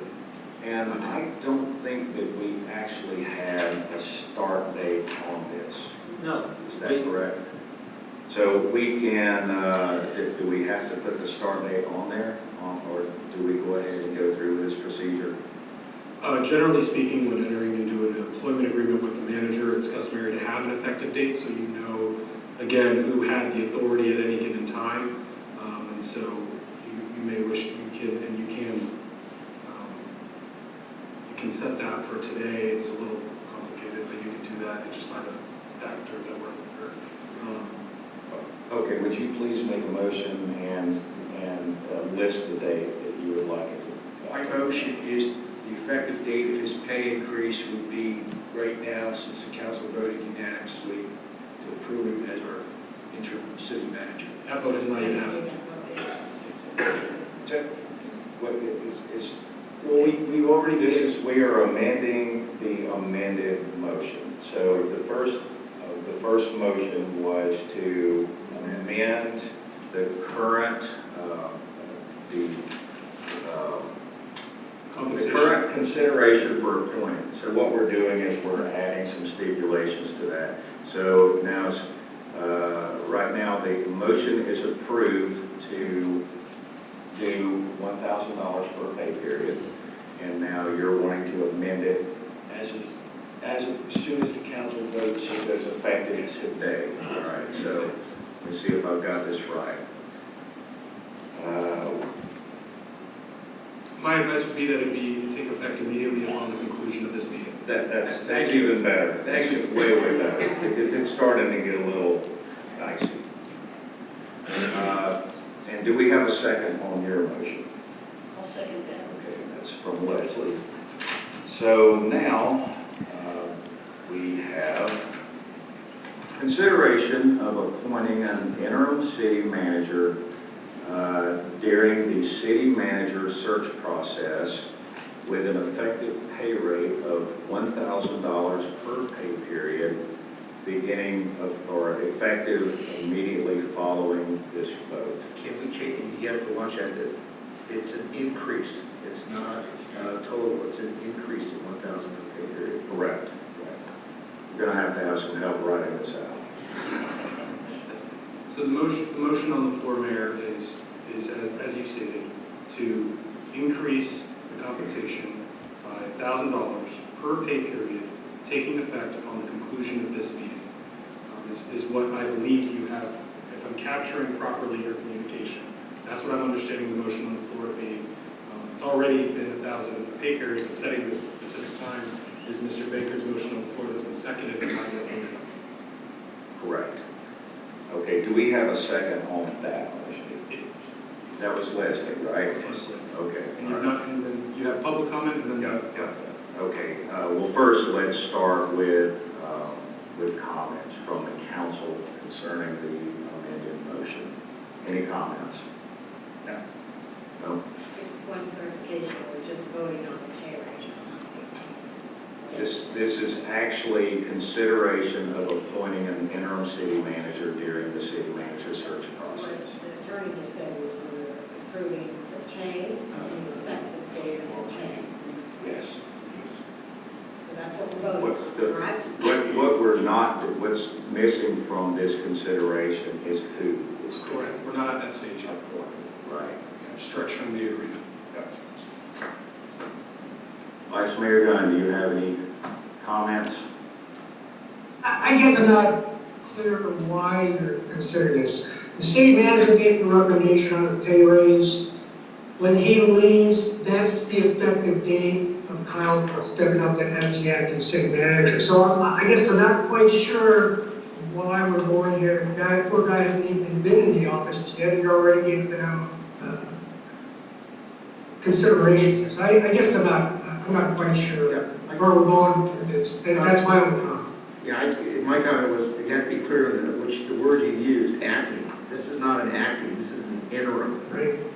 Which means he's out of the chair and the new city manager is Kyle for the interim. So the question is it going to be interim city manager effective this evening when we take this vote? That's the motion on the floor. Well, the motion, were it to proceed to an individual, the motion on the floor is for it to operate in that function. To the extent I'm pausing and I'm a little, I'm trying to reconcile because I'm learning a little bit on the fly in where you are. Your added concern here is Mr. Reeves is still an employee with vacation leave that he intends to take, and his employment title is city manager. If you unseat him from that position, effective tonight,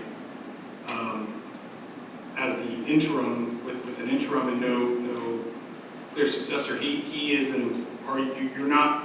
your aim is not to, it's my understanding that it is not your aim to terminate Mr. Reeves' tenure before he exhausts his leave and whatever else, and so that was part of why I previewed, you're putting somebody new in the seat. I'm not presently aware of those that exist. I'm not aware of an independent agreement with Mr. Reeves that would start today that would have him as an employee with all his, a contracted employee. I don't know if I don't know if he has an employment contract.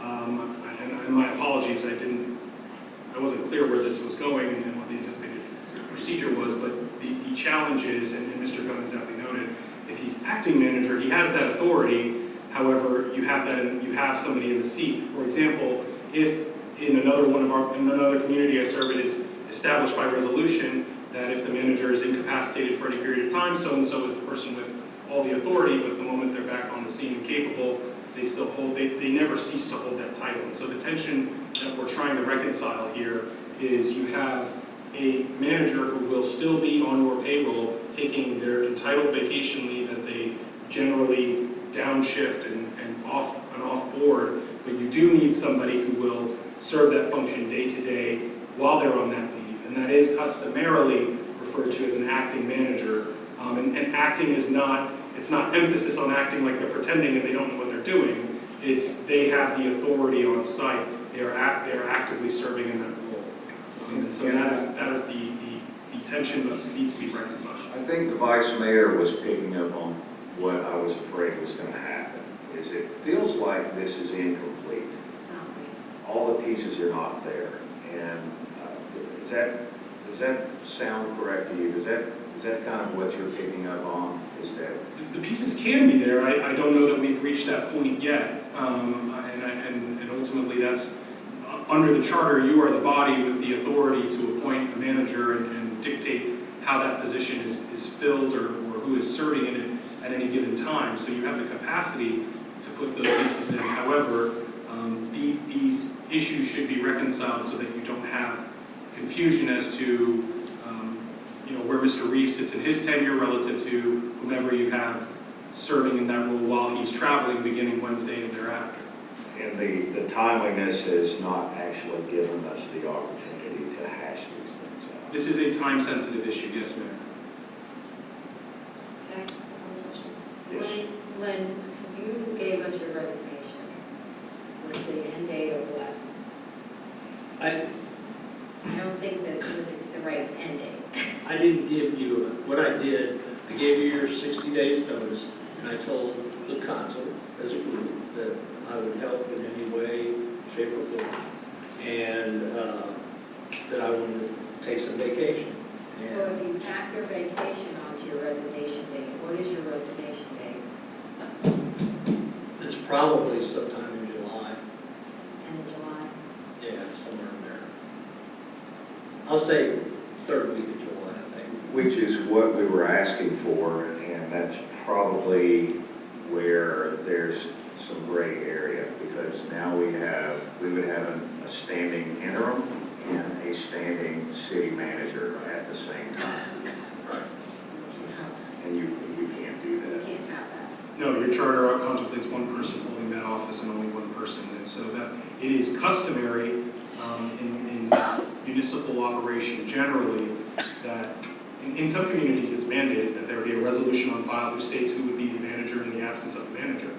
But I'm not aware of a policy here in that regard, but what I would say is, at the very least, in your business this evening, I would suggest that you determine for any amount of time that Manager Reeves is absent from the jurisdiction or otherwise incapable of fulfilling and discharging his duties, who will be the person to serve that role, whether that be for his 3 weeks of leave or if, God forbid, somebody gets hit by a bus tomorrow, you know what happens next.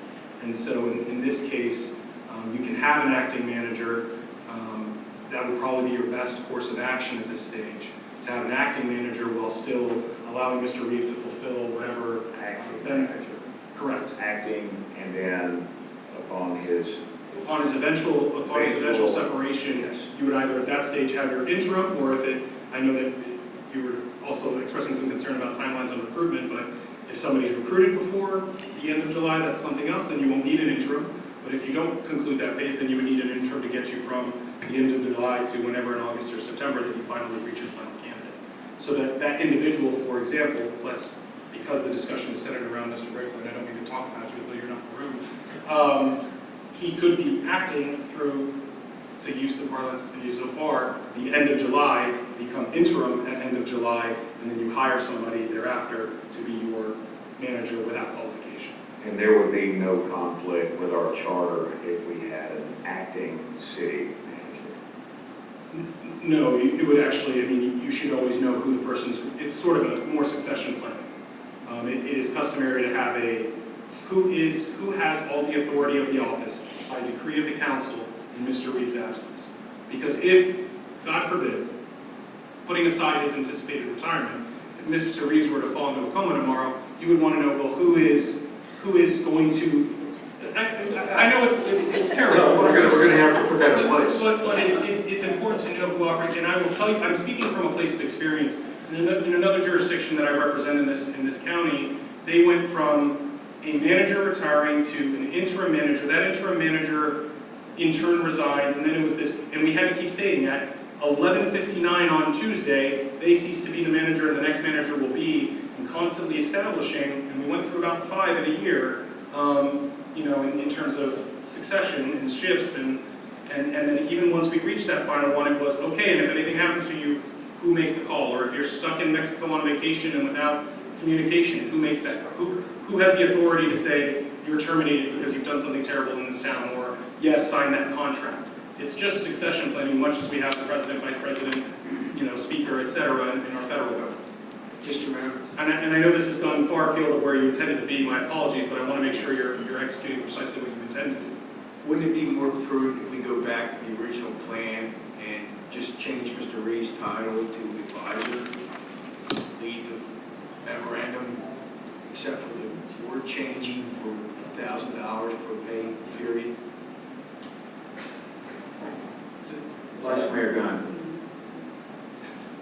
Or the other way to clean up the muddiness of this thing is whenever Lynn Reeves isn't in pocket to fulfill his city manager duties, the assistant city manager becomes the acting city manager. So, if you wanted to, all it would take would be a resolution designating the assistant as the acting city manager in the absence of Lynn Reeves or his city manager. So, even at the point where Lynn Reeves' resignation becomes effective, you still have an acting city manager, and at the end of the hiring process, you designate who the city manager is. And up until you designate who the city manager is, Kyle is the acting city manager with all the authority of Lynn Reeves in his absence.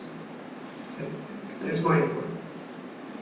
I'm reaching out to the city attorney to guide us through this, because I think that's the best route. Absolutely, I appreciate that, Mr. Bankert. Your point is well taken, but however, That's complicated by the fact that your sitting manager, Mr. Reeves, has an employment agreement, and as I sit here now to reconcile that with a proposed course of action, removing him from office, and what would he be entitled to on the spot, and it gets very, very convoluted. I'm not trying to remove him from office, I'm trying to do a title change. No, I understand that, but his employment agreement contemplates him serving with a specific title. And so that's the challenge. I understand you're not trying to terminate him, but it's what recourse could he have, et cetera. And my job is to consider those eventualities. I would say your best bet is, as a council, you can informally vote to designate Mr. whomever, Mr. Riefler, sorry. Which one is it? Riefler. Mr. Riefler as the acting city manager in the absence of Mr. Reeves. And that would be the simplest way, and it's in line with what Councilmember Gunn has suggested. It's just you, by your vote, you could establish who would be the acting manager. It would be Mr. Riefler. And if you wish to set terms for that, we can also take an agreement and retroactively apply it, approved at a subsequent hearing as to what the compensation would be for adding service in that role, et cetera. We can look at that. But as far as most narrowly, what you're trying to achieve tonight is ensuring that when Mr. Reeves leaves on Wednesday for what he's described as his terminal leave, you know who's in charge. And this body has the ability to do that by a motion, second, and vote, and say, and that would, I think, effectuate the goal that you're trying to achieve here. Okay, so would you be kind enough to give us the correct motion that incorporates everything that we're trying to accomplish tonight, so that someone here can actually make that motion and we can move forward? Because we're going to be here all night if we don't. And I also think it's a good idea to name the candidate in this motion in particular. At this stage of the proceedings, I agree with you, Mayor. That's appropriate. Member Shelley, it sounded like there was something you. Yeah, I was going to say, I don't mind taking a stab at it, just if you want me to, and get this thing moving. I work at your pleasure, so you tell me how you'd like to proceed. Well, it seems pretty simple. I just would like to make a motion to appoint Kyle Riefler as the acting city manager in the absence of Mr. Lynn Reeves. And also, well, I was discussing pay, I was going to say, and then also in consideration for the added duties, a pay increase of $1,000 per pay period. Is that a motion? That was my motion. Second. You didn't mention an effective date. Well, she did mention an effective date, because it's functionally in his absence, upon his absence. Perfect. The only, sorry.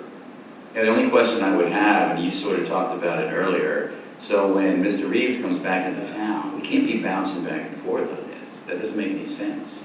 So he comes back into town and we're saying, okay, now Mr. Reeves is in charge. That's going to be very confusing for Kyle and the whole city. You said in his absence, and once he comes back into town, he's not absent anymore. Right. So who's the city manager? In that instance, it would be Manager Reeves. City Manager Reeves. That's a problem. It's no different than what we've been doing Well, now. it's not necessarily, I understand why it's a problem in terms of wanting it to the cleanest, most desirable approach is somebody ends on this day, somebody ends on that day. Your complication here is really a complication as a result of an embarrassment of riches. You have a manager who's retiring and willing to make themselves available on an ongoing basis while they've reached their retirement date, rather than say, full stop, don't call me, lose my number after this day. And so that we're trying to navigate that while balancing the needs, of your form of government.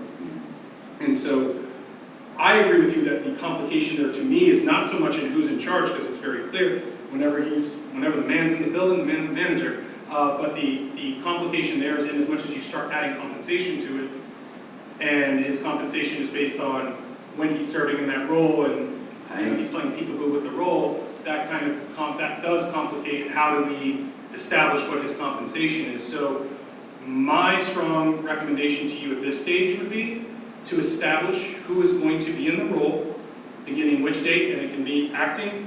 The motion that you made is very close to what I would have said.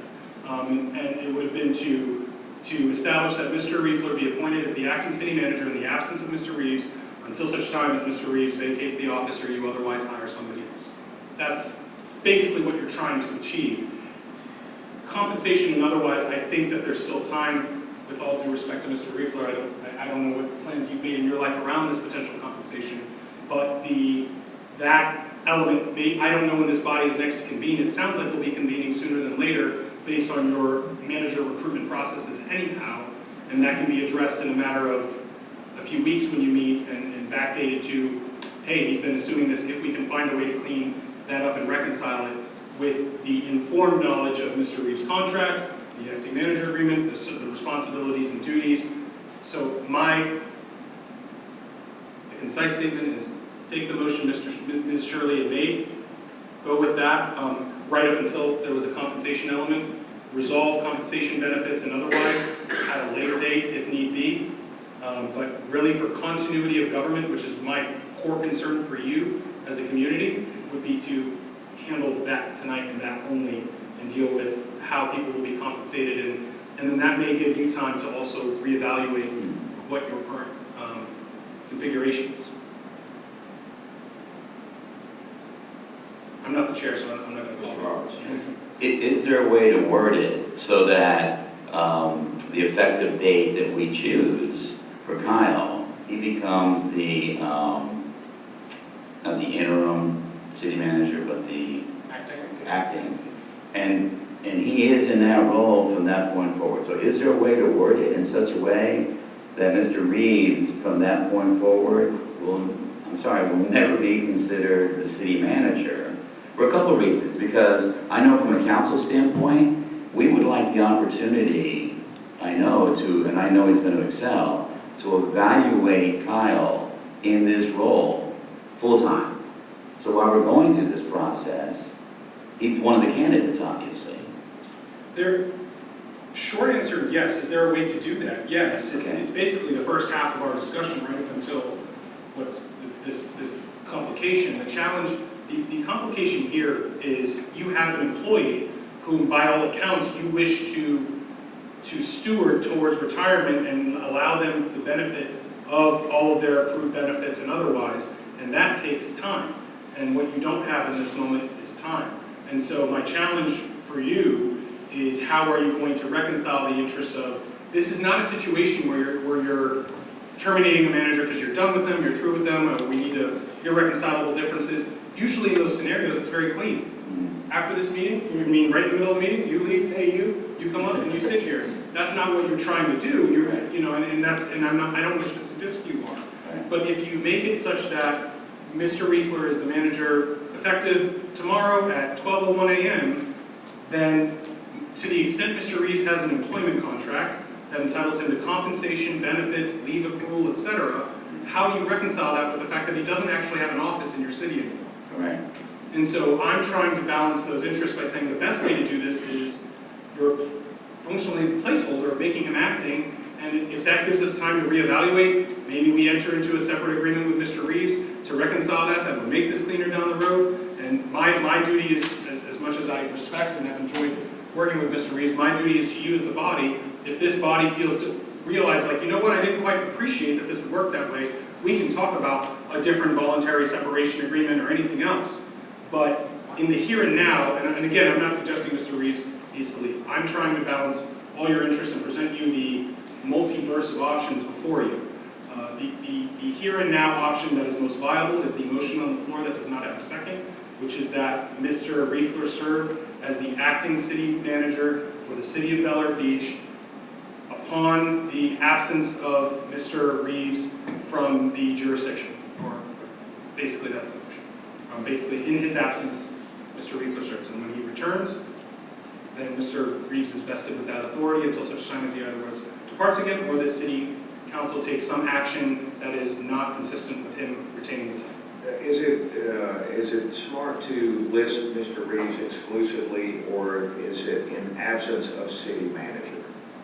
And that way we actually do have a backup city manager in the event that someone else is hired for that position.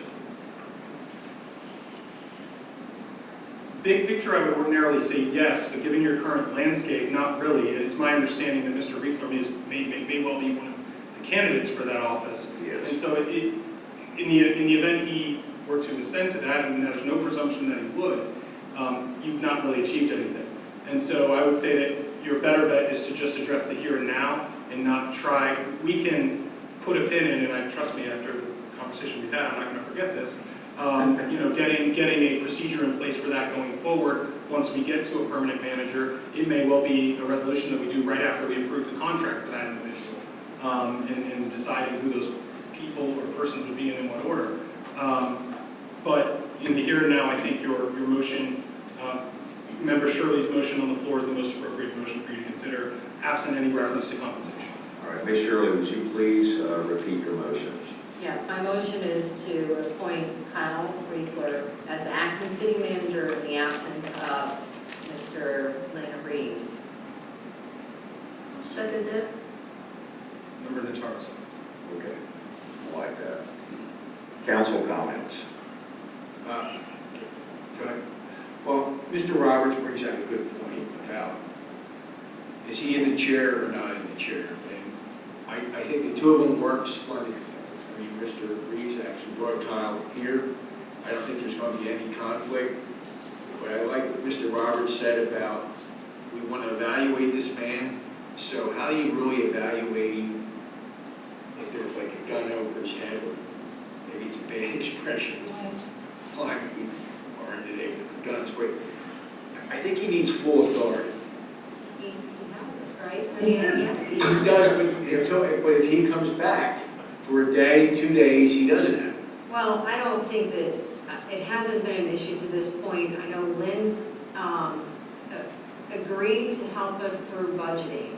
I think that's a good opportunity for Kyle to learn from Lynn what the budgeting process is. So I think that, I think you guys are reading too deep into this. Kyle has the authority unless Lynn is in the building and, but I don't see Lynn coming in and going, Kyle, sit down and shut up, I'm taking over. I just don't see that happening. I agree with Councilman Shirley, and specifically what you just stated, that we're going to evaluate him. That's unfair to all the other candidates. We can't be doing that. Well, the only question, and I have to agree with Mr. Banker, that it plainly says in absence. So he's no longer the acting city manager in absence of city manager Reeves. So he walks in the door, you're no longer the acting city manager. That's my problem. Oh, yes, Vice Mayor. I was just going to say, I think we're murder-bordering this thing, and this acting really clears it up a lot. And I don't see Lynn coming in and trying to reassert herself. And nothing prevents Lynn from coming in and saying, Kyle is still acting. I'm delegating all of my city manager authority to Kyle to make decisions on the spot right now because I'm fully employed taking care of the budget or something else. He can do that just about any time, is delegate his responsibilities to Kyle. So I think we're concerned about too much here, and I think this is the most robust solution we're going to come up with. So I'm fully in support of Councilmember Shirley's motion. Though I've not found the specific language on delegation that is standard practice, if you wish to clean it up yet further, the motion could be in the absence or declared unavailability of Manager Lynn Reeves. And that way, if Mr. Reeves' presence alone is the invocation, you could say, I'm here, but consider me unavailable. That's the only other thing I can offer to you as and I'm not trying to be pedantic about this. I'm trying to respond to your feedback and quell your concerns. So your other option could be to be in the absence or declared unavailability of the manager. Then that would address the, hey, yeah, I'm in the building, but I'm not here to answer questions. I'm not here to do stuff. I came to pick up a pen I left. I'm not trying to make official decisions. That would be the closest I think we could get to reconciling each party's concerns tonight, with the understanding that I do think this matter may likely need to be revisited in the near term. what did you call it, declared availability? Unavailable. Declared unavailability.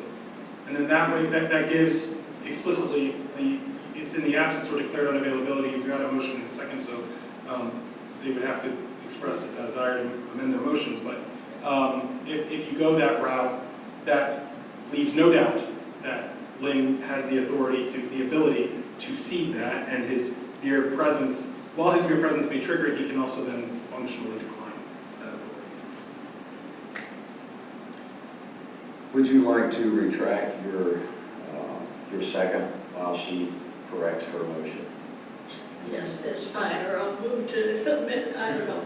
Okay, I'll amend the motion, and my motion is to appoint Kyle Riefler as an acting city manager in the absence or declared unavailability of Mr. Lynn Reeves.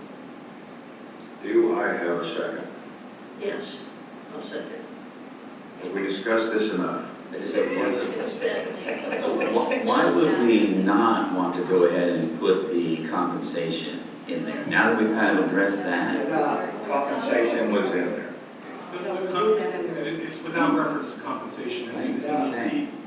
The reason that I'd suggested that it complicates matters is to the extent Mr. Reeves can, at his election and presence, assume the office, are you then not compensated today, where I don't have an employment agreement, I don't have all these other documents that I want, and I don't know how your payroll works, are you going to then prorate Mr. Riefler's compensation by minus 24 hours of that 1 week and minus 36 hours? I don't think so, but you could do it, but then they're not really being compensated for the services rendered. You could do it, it's your prerogative. It's just, I could see just as easily as you saying, as far as I'm concerned, you should have it for as long as he's available to serve that office, and you could certainly do that. I was trying to not eat the elephant one bite at a time, right? Let's determine who's going to be in there and what they're, and then if you wish to resolve that, you can. But my complication was then if one person says, well, I'm not comfortable using those funds during that time to compensate Kyle, he's not really holding the title per se. And so I'm trying to balance, based on the feedback and comments I'm hearing, trying to reconcile that and say, the first bite is who's going to occupy the office and when. Let's figure out who and when, and we can retroactively resolve for what compensation, if we so desire. If you wish to, I would say my advice to you would be do that first, and if you wish to talk about compensation, we can have that conversation next. But at least decide who's going to be assuming the office the moment Mr. Reeves starts driving away from the jurisdiction. Any other comments before I go to the citizens? No? Citizens? Yes, sir.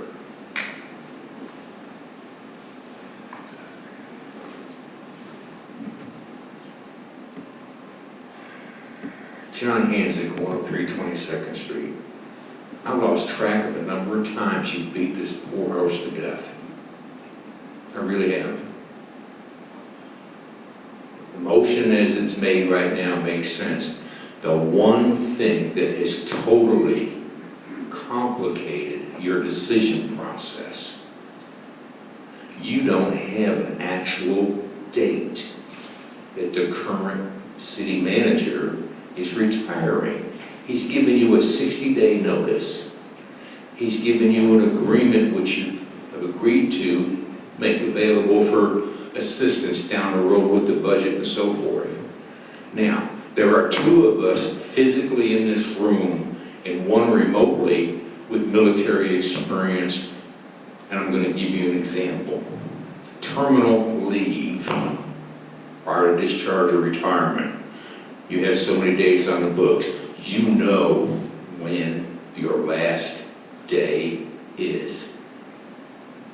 My question to you is, and to us, the citizens, when is his last day? If you had that information, it would have made your decision process much simpler, much quicker, and a whole lot less complicated. Thank you very much. Anyone else? Yes. Briefly, technically, do we still have a vice mayor on line? He goes in high. Thank you. Rita Sloan, 8th Street, Ballard Beach, Florida. I certainly appreciate all the time you've taken tonight to discuss this and make sure it all gets ironed out so it's correct. Another idea might be for Lynn to go ahead and leave on the 8th, and you guys give him a severance package to pay him for all of his vacation time that he has coming. That way, Kyle could go ahead and take over as the interim, and that would resolve all of that. But it's an idea to go ahead and give him the severance package. That's all I wanted to add. Thank you. Thank you. Any other citizens? No, back to the council.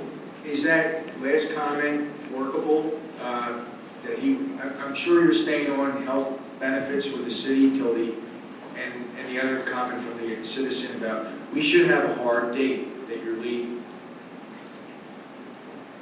Well, I can do that with the calendar and give you, but it's like I said earlier, it's like July 22nd or something. So if we gave you a severance package and we've already approved your travel expenses coming back and everything like that, would that not clean everything up here? The short answer is yes, a severance package as it's being described, I would call it a severance agreement, would clean that up, and that's sort of what I've very vaguely been referencing throughout this is you may wish to revisit, you as a council may wish to revisit if this arrangement, this sort of semi-formal arrangement works best for you. However, if you decided, and Mr. Reeves was amenable to it, we could talk terms and see if an agreement can be meted out that memorializes a specific end date, compensation, how his leave and benefits would be handled. That's not something that you're going to met out at this day as this evening. At least on my advice, I would not advise you do so until such time as, again, your legal counsel has the benefit of seeing what is he entitled to in his current employment agreement, what does your insurance provider provide about coverage for somebody depending on what his status is, and those sorts of, those factors all go into a efficient and effective severance agreement so that we don't leave anything undone and unresolved, because if we try to do it on the fly, invariably there will be something we miss that will, one, subject you to heightened criticism for this process, and also two, not fully memorialize what you would have done with the ability to prepare. And so there may be value in reconvening this month or early in the next month to address that, but in the here and now tonight, I think your motion on the floor is adequate, and you folks can mull over whether or not that needs to be addressed at a later date. Okay, all right. Yes, Leslie. Can we call for a vote? I mean, what do we need to do? Discussion, the horse is dead. Well, I have to allow you to discuss it as long as you need, and if everyone's ready, we can take the vote. Vice Mayor Gunn, are you good with that? I'm good. I'm just going to say this is the motion on the floor is very robust. It's very robust, covers all the cleanliness and vagaries. When Lynn Reeves is absent or declares his absence, then Kyle Riefler is the acting city manager. Very clean. And we deal with the bonuses and pay issues later. I agree wholeheartedly with Councilmember Shirley and the advice of city attorney. Okay, all right. If everybody's satisfied with this motion, we will move forward and take a vote. Patty, this is for appointing Kyle Riefler as acting city manager in absence of city manager Reeves. Or declared unavailability. Or declared unavailability.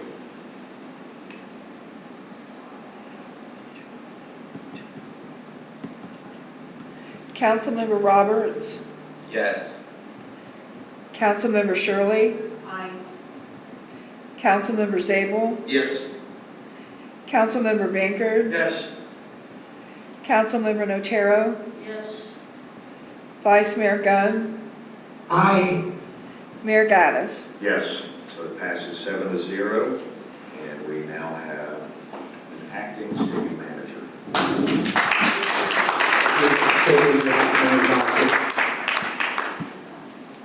All right, next, do we need to address the compensation? And if so, would someone like to make a motion? Motion to address the compensation. And I have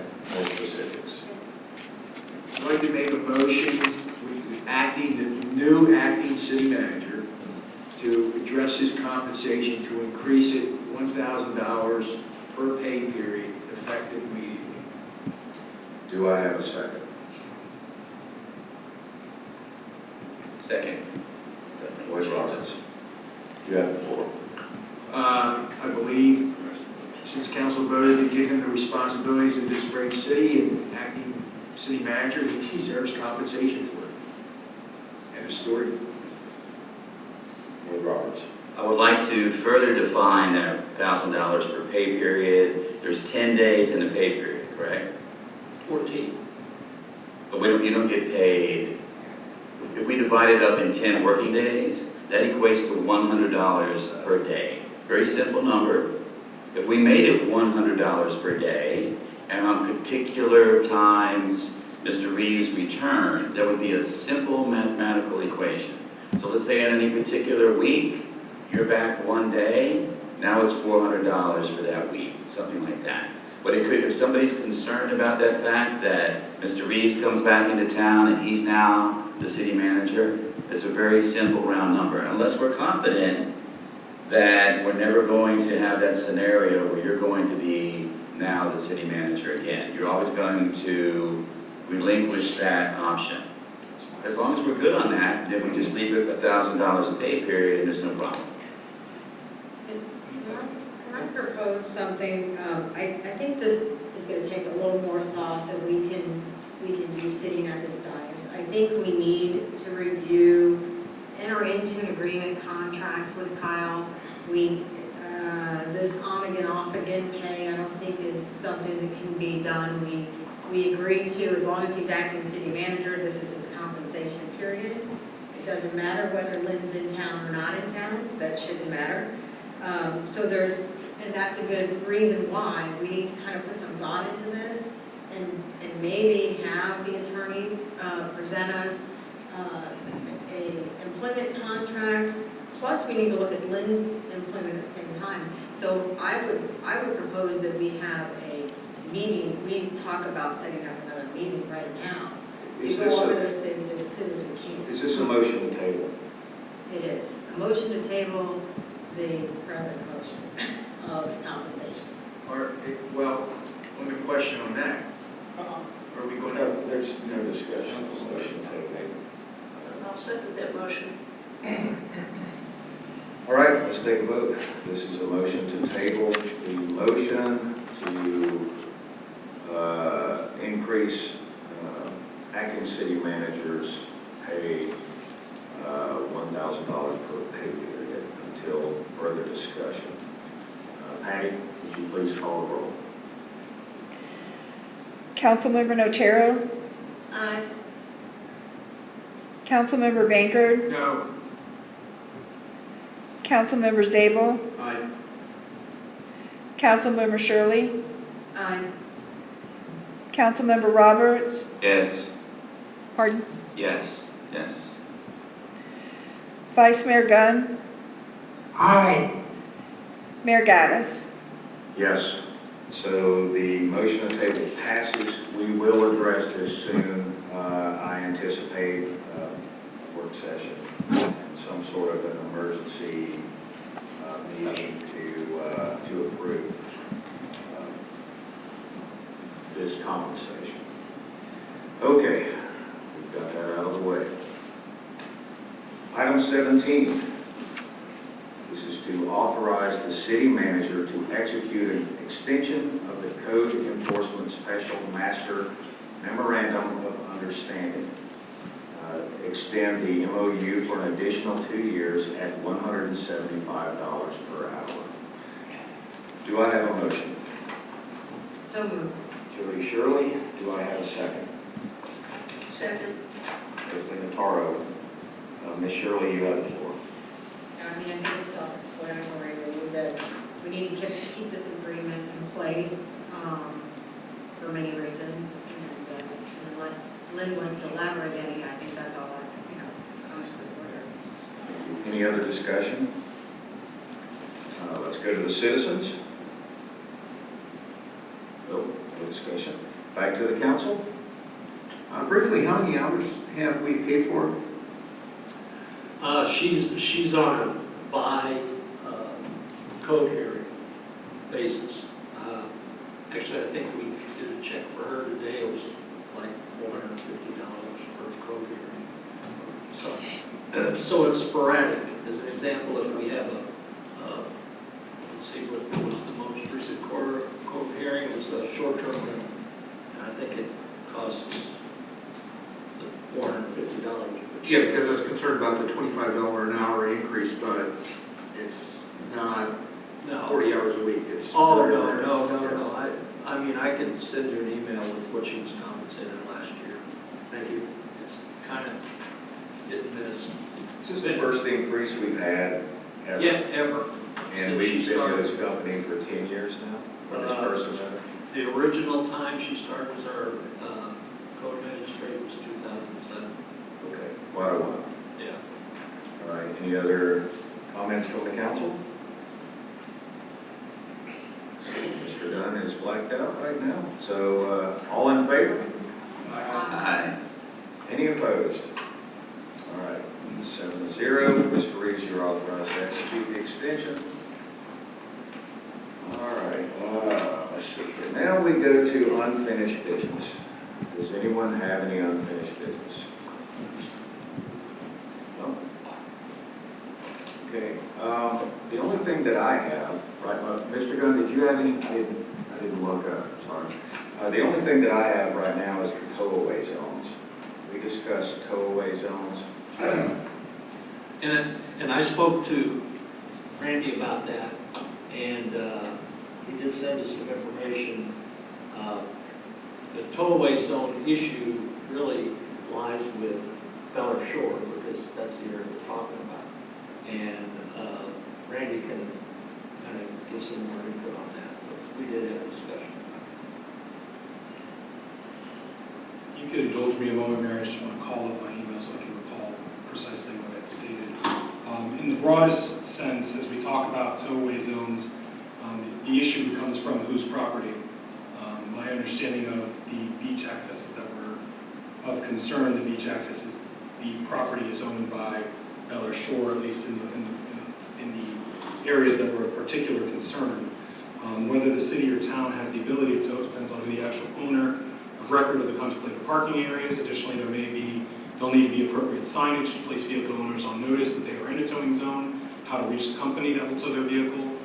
Given that both communities rely on PCSO, my advice was also to inquire with PCSO if they have any SOP, standard operating procedures, or legal considerations associated with towing from public property. We would likely be directing that, but your code enforcement is handled by PCSO.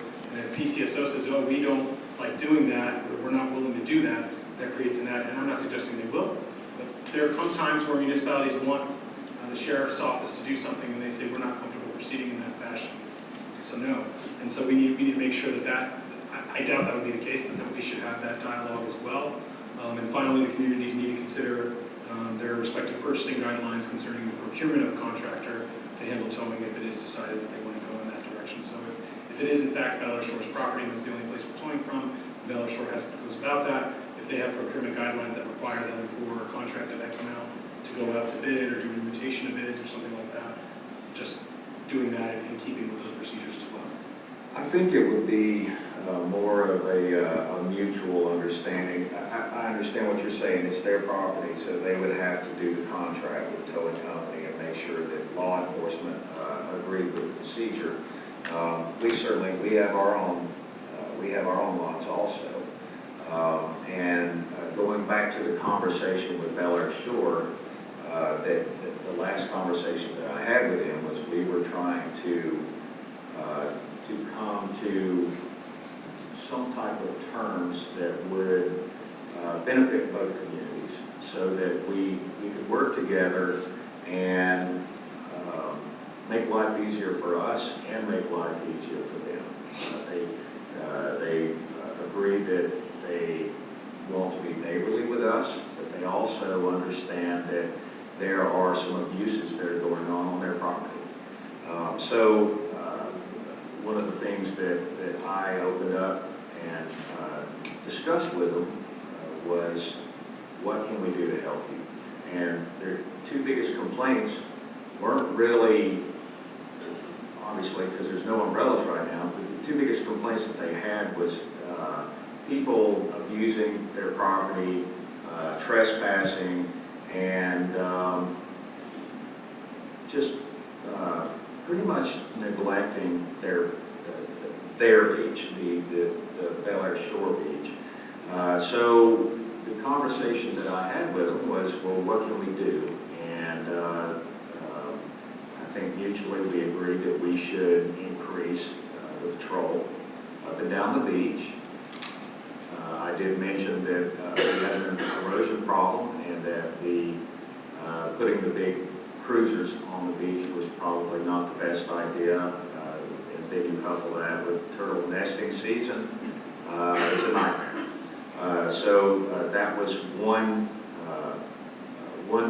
avenue that we went down, and the other one was parking access, and who actually goes there. Well, if the sheriff's department is patrolling once a shift and they have to not go by during sunset or after sunset or maybe just before, they're probably missing the peak opportunity to get the most traffic. Also, we hear the education. I also heard that at the Bel Air Shore meeting, but I think both communities as a whole, I think that we agree that if people are just ducking in there, they don't have the sticker, they don't have permission, they have nothing to do with anybody in either one of our municipalities, they're trespassing. And so I think that they're on board with contracting with a towing company. And trust me, a towing company has opportunity to make money. So they would swoop in there every time they saw a car and they would tow them away, and that would be the end of that. These are all things that we're starting to discuss.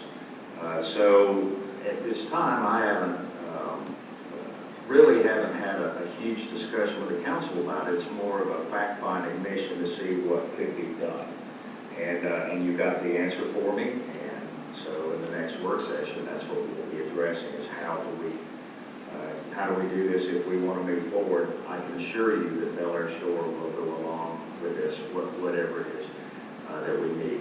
And it's their understanding all they need is some signs that say it's towaway zone, and somebody shows up that doesn't belong there, the towing company will jump all over them and take their car away. They'll only do it one time.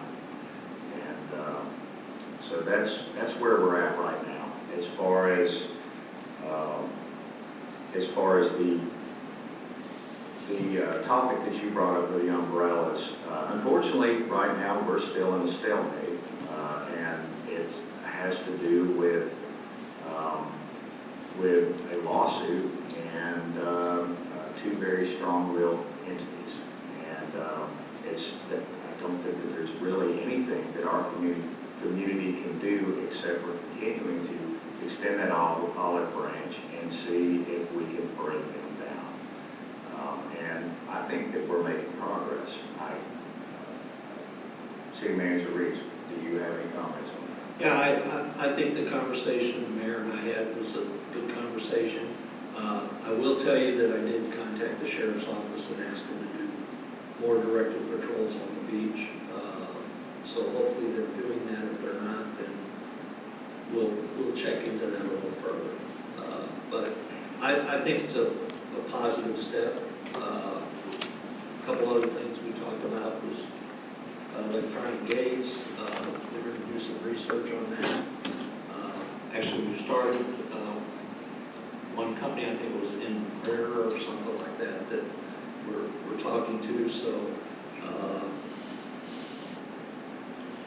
the towing was brought up to Randy to see if it was, and I assumed it was going to have to be a Bel Air Shore situation. So I think it may be time to have another conversation. And I think that they would go along with the electronic gates. The problem is now you have to legally provide every resident in Bel Air Beach with something to get them in the gate. And now it becomes cost prohibitive because let's just say that, you know, every remote is $75 per household. And you want 2 or 3 of them because you have 2 or 3 cars. And you want one to walk around with so you can get in the small gate. All of a sudden the cost goes way up. For the town of Bel Air, sure, it's not that much because they don't have that many residents. But for the city of Bel Air Beach, it's a huge expense. And so that's why I've kind of shied away from the access gates because it doesn't seem practical. But that would certainly solve most of our problems. Mr. Mayor? Yes, sir. Just today, in talking to a couple of people about our shows, I haven't talked with many, but they're concerned about the Uber drop-offs. Just today, 2 electric bikes came on at 6th Street. Another one had, and I'm a dog lover, another one had a dog walking the whole length of the beach, okay? Doing its duty, okay? And I understand that that's what upsets them, you know, and I can't think it would go all the way down to the Clearwater Boat Yacht Club or whatever. They have a gate access there, but it's a punch gate, which can't be that expensive. Well, the problem with that is that whenever you have a population the size of Bel Air Beach, that's a lot of shared access. You're absolutely right, but I think it would minimize some of it. It's not gonna, and it's cheaper is what I'm saying. And I'm not for the gates or whatever, the curb deeds or curb deeds, but what I'm saying is, if you're gonna build that relationship, I think the parking is minimal, really. And I think it's the electronic bikes, Uber drop-offs, and even we're a little bit, you know, we have the parking out here where you can park here and then we'll go. Yeah, I think it just starts with baby steps. Something that both municipalities can agree upon, and then you grow the relationship and work together. And little by little, I think that we'll get over this. But yes, it's taking some time, and it's very unfortunate. But there was a unfortunate chain of events that occurred on the onset of COVID. And suddenly Tampa is down here flooding our beaches and destroying things and borrowing furniture and swimming in people's pools and partying on their seawalls. And it wasn't just there, it was up here some too. So it's just going to take some time to repair the damage. And that's the best answer I can give. Any other unfinished business? Nope. Council member or Vice Mayor Gunn? No? All right.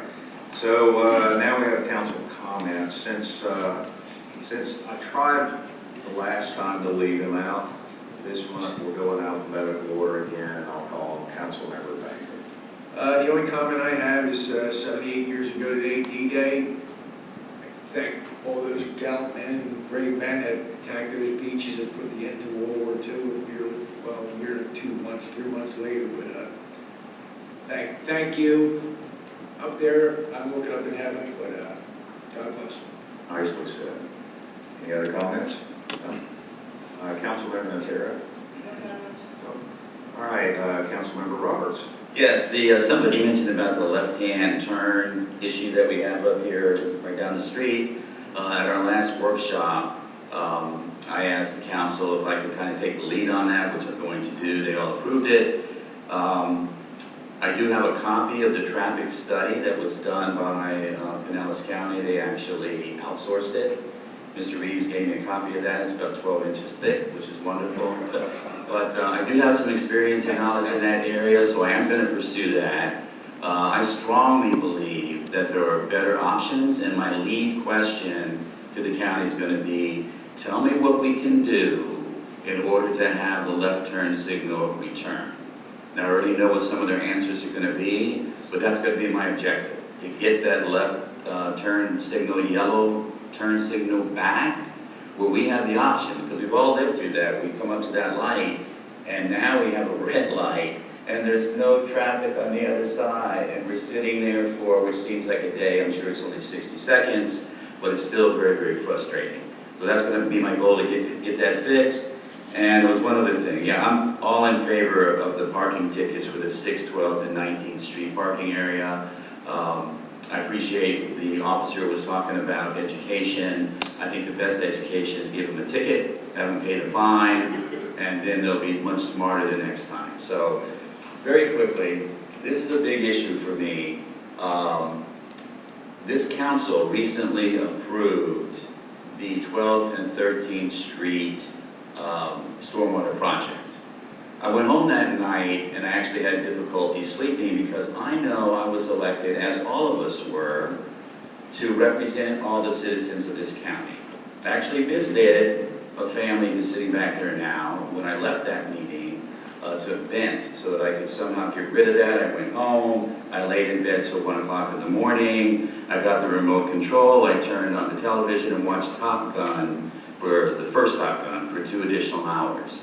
The problem is the following: this council dropped the ball.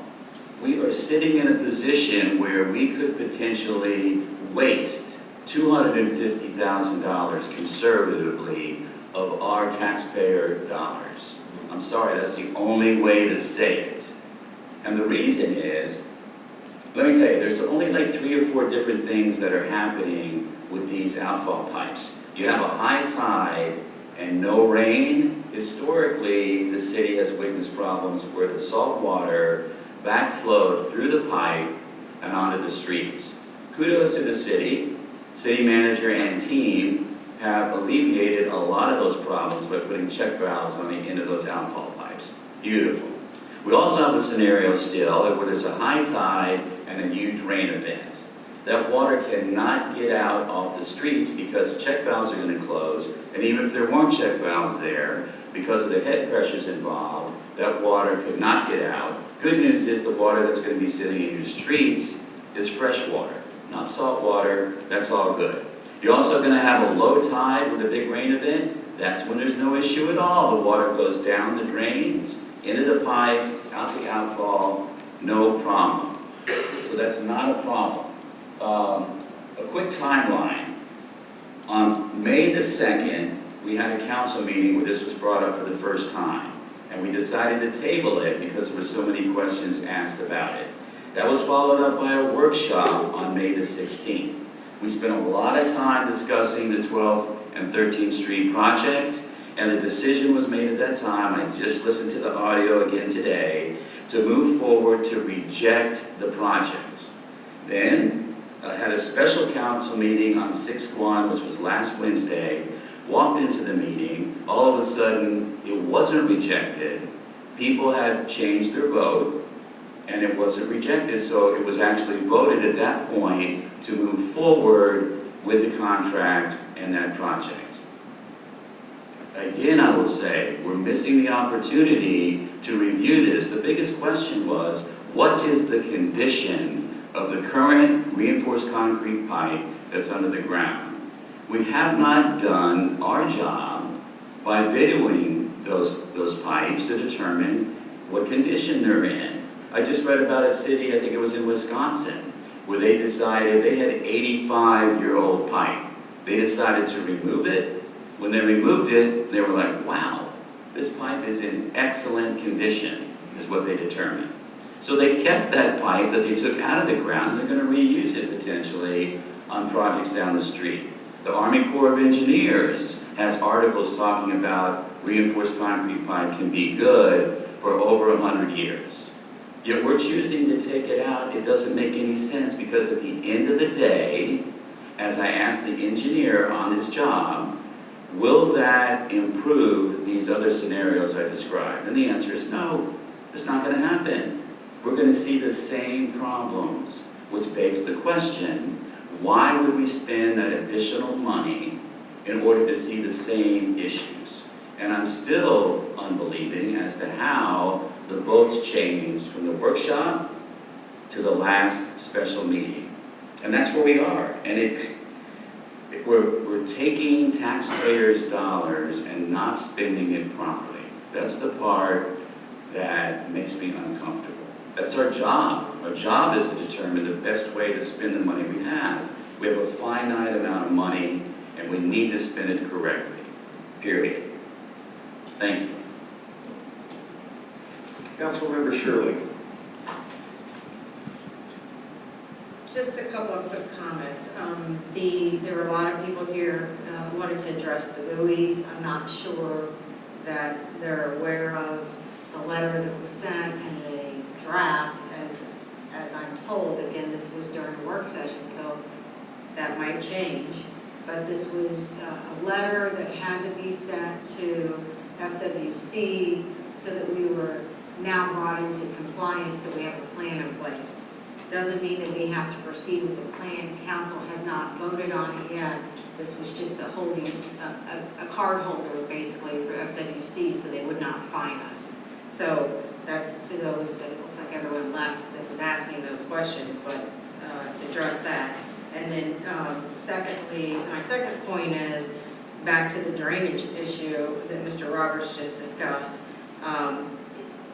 I unfortunately was not here for that special meeting that was called, but we left the work session. We all agreed that we were going to have cameras run into the pipe so we could get a complete picture of what we were dealing with on this drainage project. And the fact that we voted on something that we didn't do our due diligence on is really disgusting to me, that the council would move forward with a vote that we all agreed we would do some homework on and see what needs to be done. The fact that it passed is just shameful that our council agreed to pass that. And that's all I want to say. I hope in the future that we don't act so quickly to move forward with something. We're getting hit with huge increases, and we should have taken a closer look at it. Councilmember Zabel. I would basically add to that, if you're complaining about that, you should be here for the vote. But otherwise, thank you, Councilmember Baker, for remembering our D-Day veterans. Thank you. That's all I have. Vice Mayor Gunn. Two things. One is this remote access, from my perspective, is working wonderful. I can hear you guys, I can see you, so thumbs up on the audio issue. Secondly, why is it that the two engineers in this collegial body is having problems sleeping with this 12th and 13th Street project? I am in total agreement with everything that Lloyd has said, and especially Joey Sherman. If you go back to the minutes, Councilmember Roberts suggested to table the item for review to ensure that the benefit of the project is equal to the cost. We all pretty much voted on that when it came back, and then the next thing that happened, my expectations were that we were going to do some due diligence. We were going to camera the pipes, we were going to go back and look at the cost benefit of this project and the escalation in prices, to consider the budget impacts. With respect to a comment that was made that to avoid analysis paralysis, there was no analysis. Between the time that we tabled that and the time that we had a special meeting, there was no discussion, there was no further analysis of this thing whatsoever. I was as surprised as anybody. When I saw nothing getting done, I at least sent out the old report so people could at least see what the basis of the initial report was. And it was all simulation, it was all based on, well, it's an outdated design or system, but there was no objective analysis of the condition of the plant or the problem. It said, hey, it's an outdated design, the problem is small outfalls, and we don't think we can solve that problem because of the easement issues there. So I have some serious problems with that as well.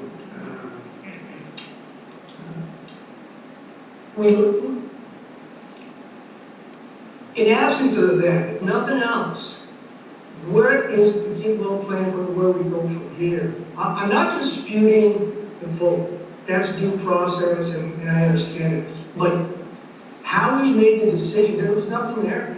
There was no analysis, no further discussion. It just happened. And I'm saddened by that process. If nothing else happened, we need to monitor this project, because as we start digging up the old piles, we should be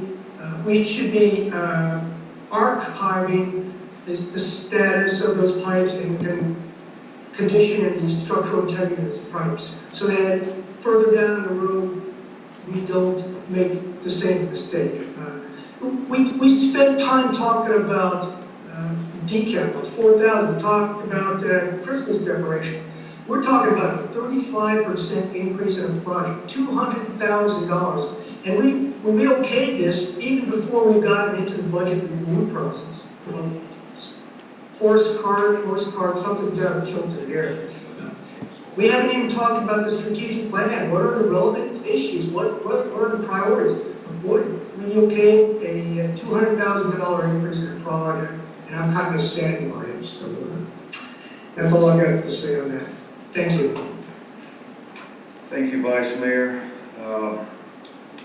Let's see, I've been made aware that the Tourism Development Council may be able to help the Sand Key Beach Nourishment project. I also spoke with Mayor Ken Welch at the Mayor's Council. He actually serves on that council, and told him that we were in dire straits. And we're one of the lucky ones that we still have beach, but there are many communities south of here that they have little of nothing left. Their beaches are eroded. We've lost, according to Mr. Reeves, we've lost half of our beach already. So I made a point to pull him off to the side and get his attention on this, and plan on sending him a letter along with other mayors. They're holding the purse strings of about $300 million.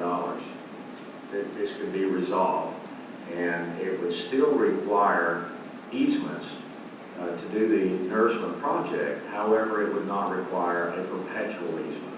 It would only take a 1 or 2 year easement. That I'm certain that most of the people that are unwilling to sign these easements, they would sign it on a 2 year plan, knowing that they would get their property back at the end of the project.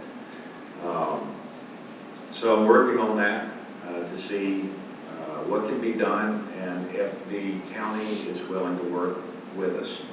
If we can get the Tourism Development Council on board, I believe that they will have no problem persuading the county commission to approve this. But we have to keep working, and we'll see what happens. Let's see here. Again, I'd like to thank everyone for coming out tonight. I'd also like to thank Kyle. Vice Mayor Gunn's already brought it up. The new audio system is incredible. For Patty, she told me that we were at least up to 2019. No, I'm just kidding. Great job, great job.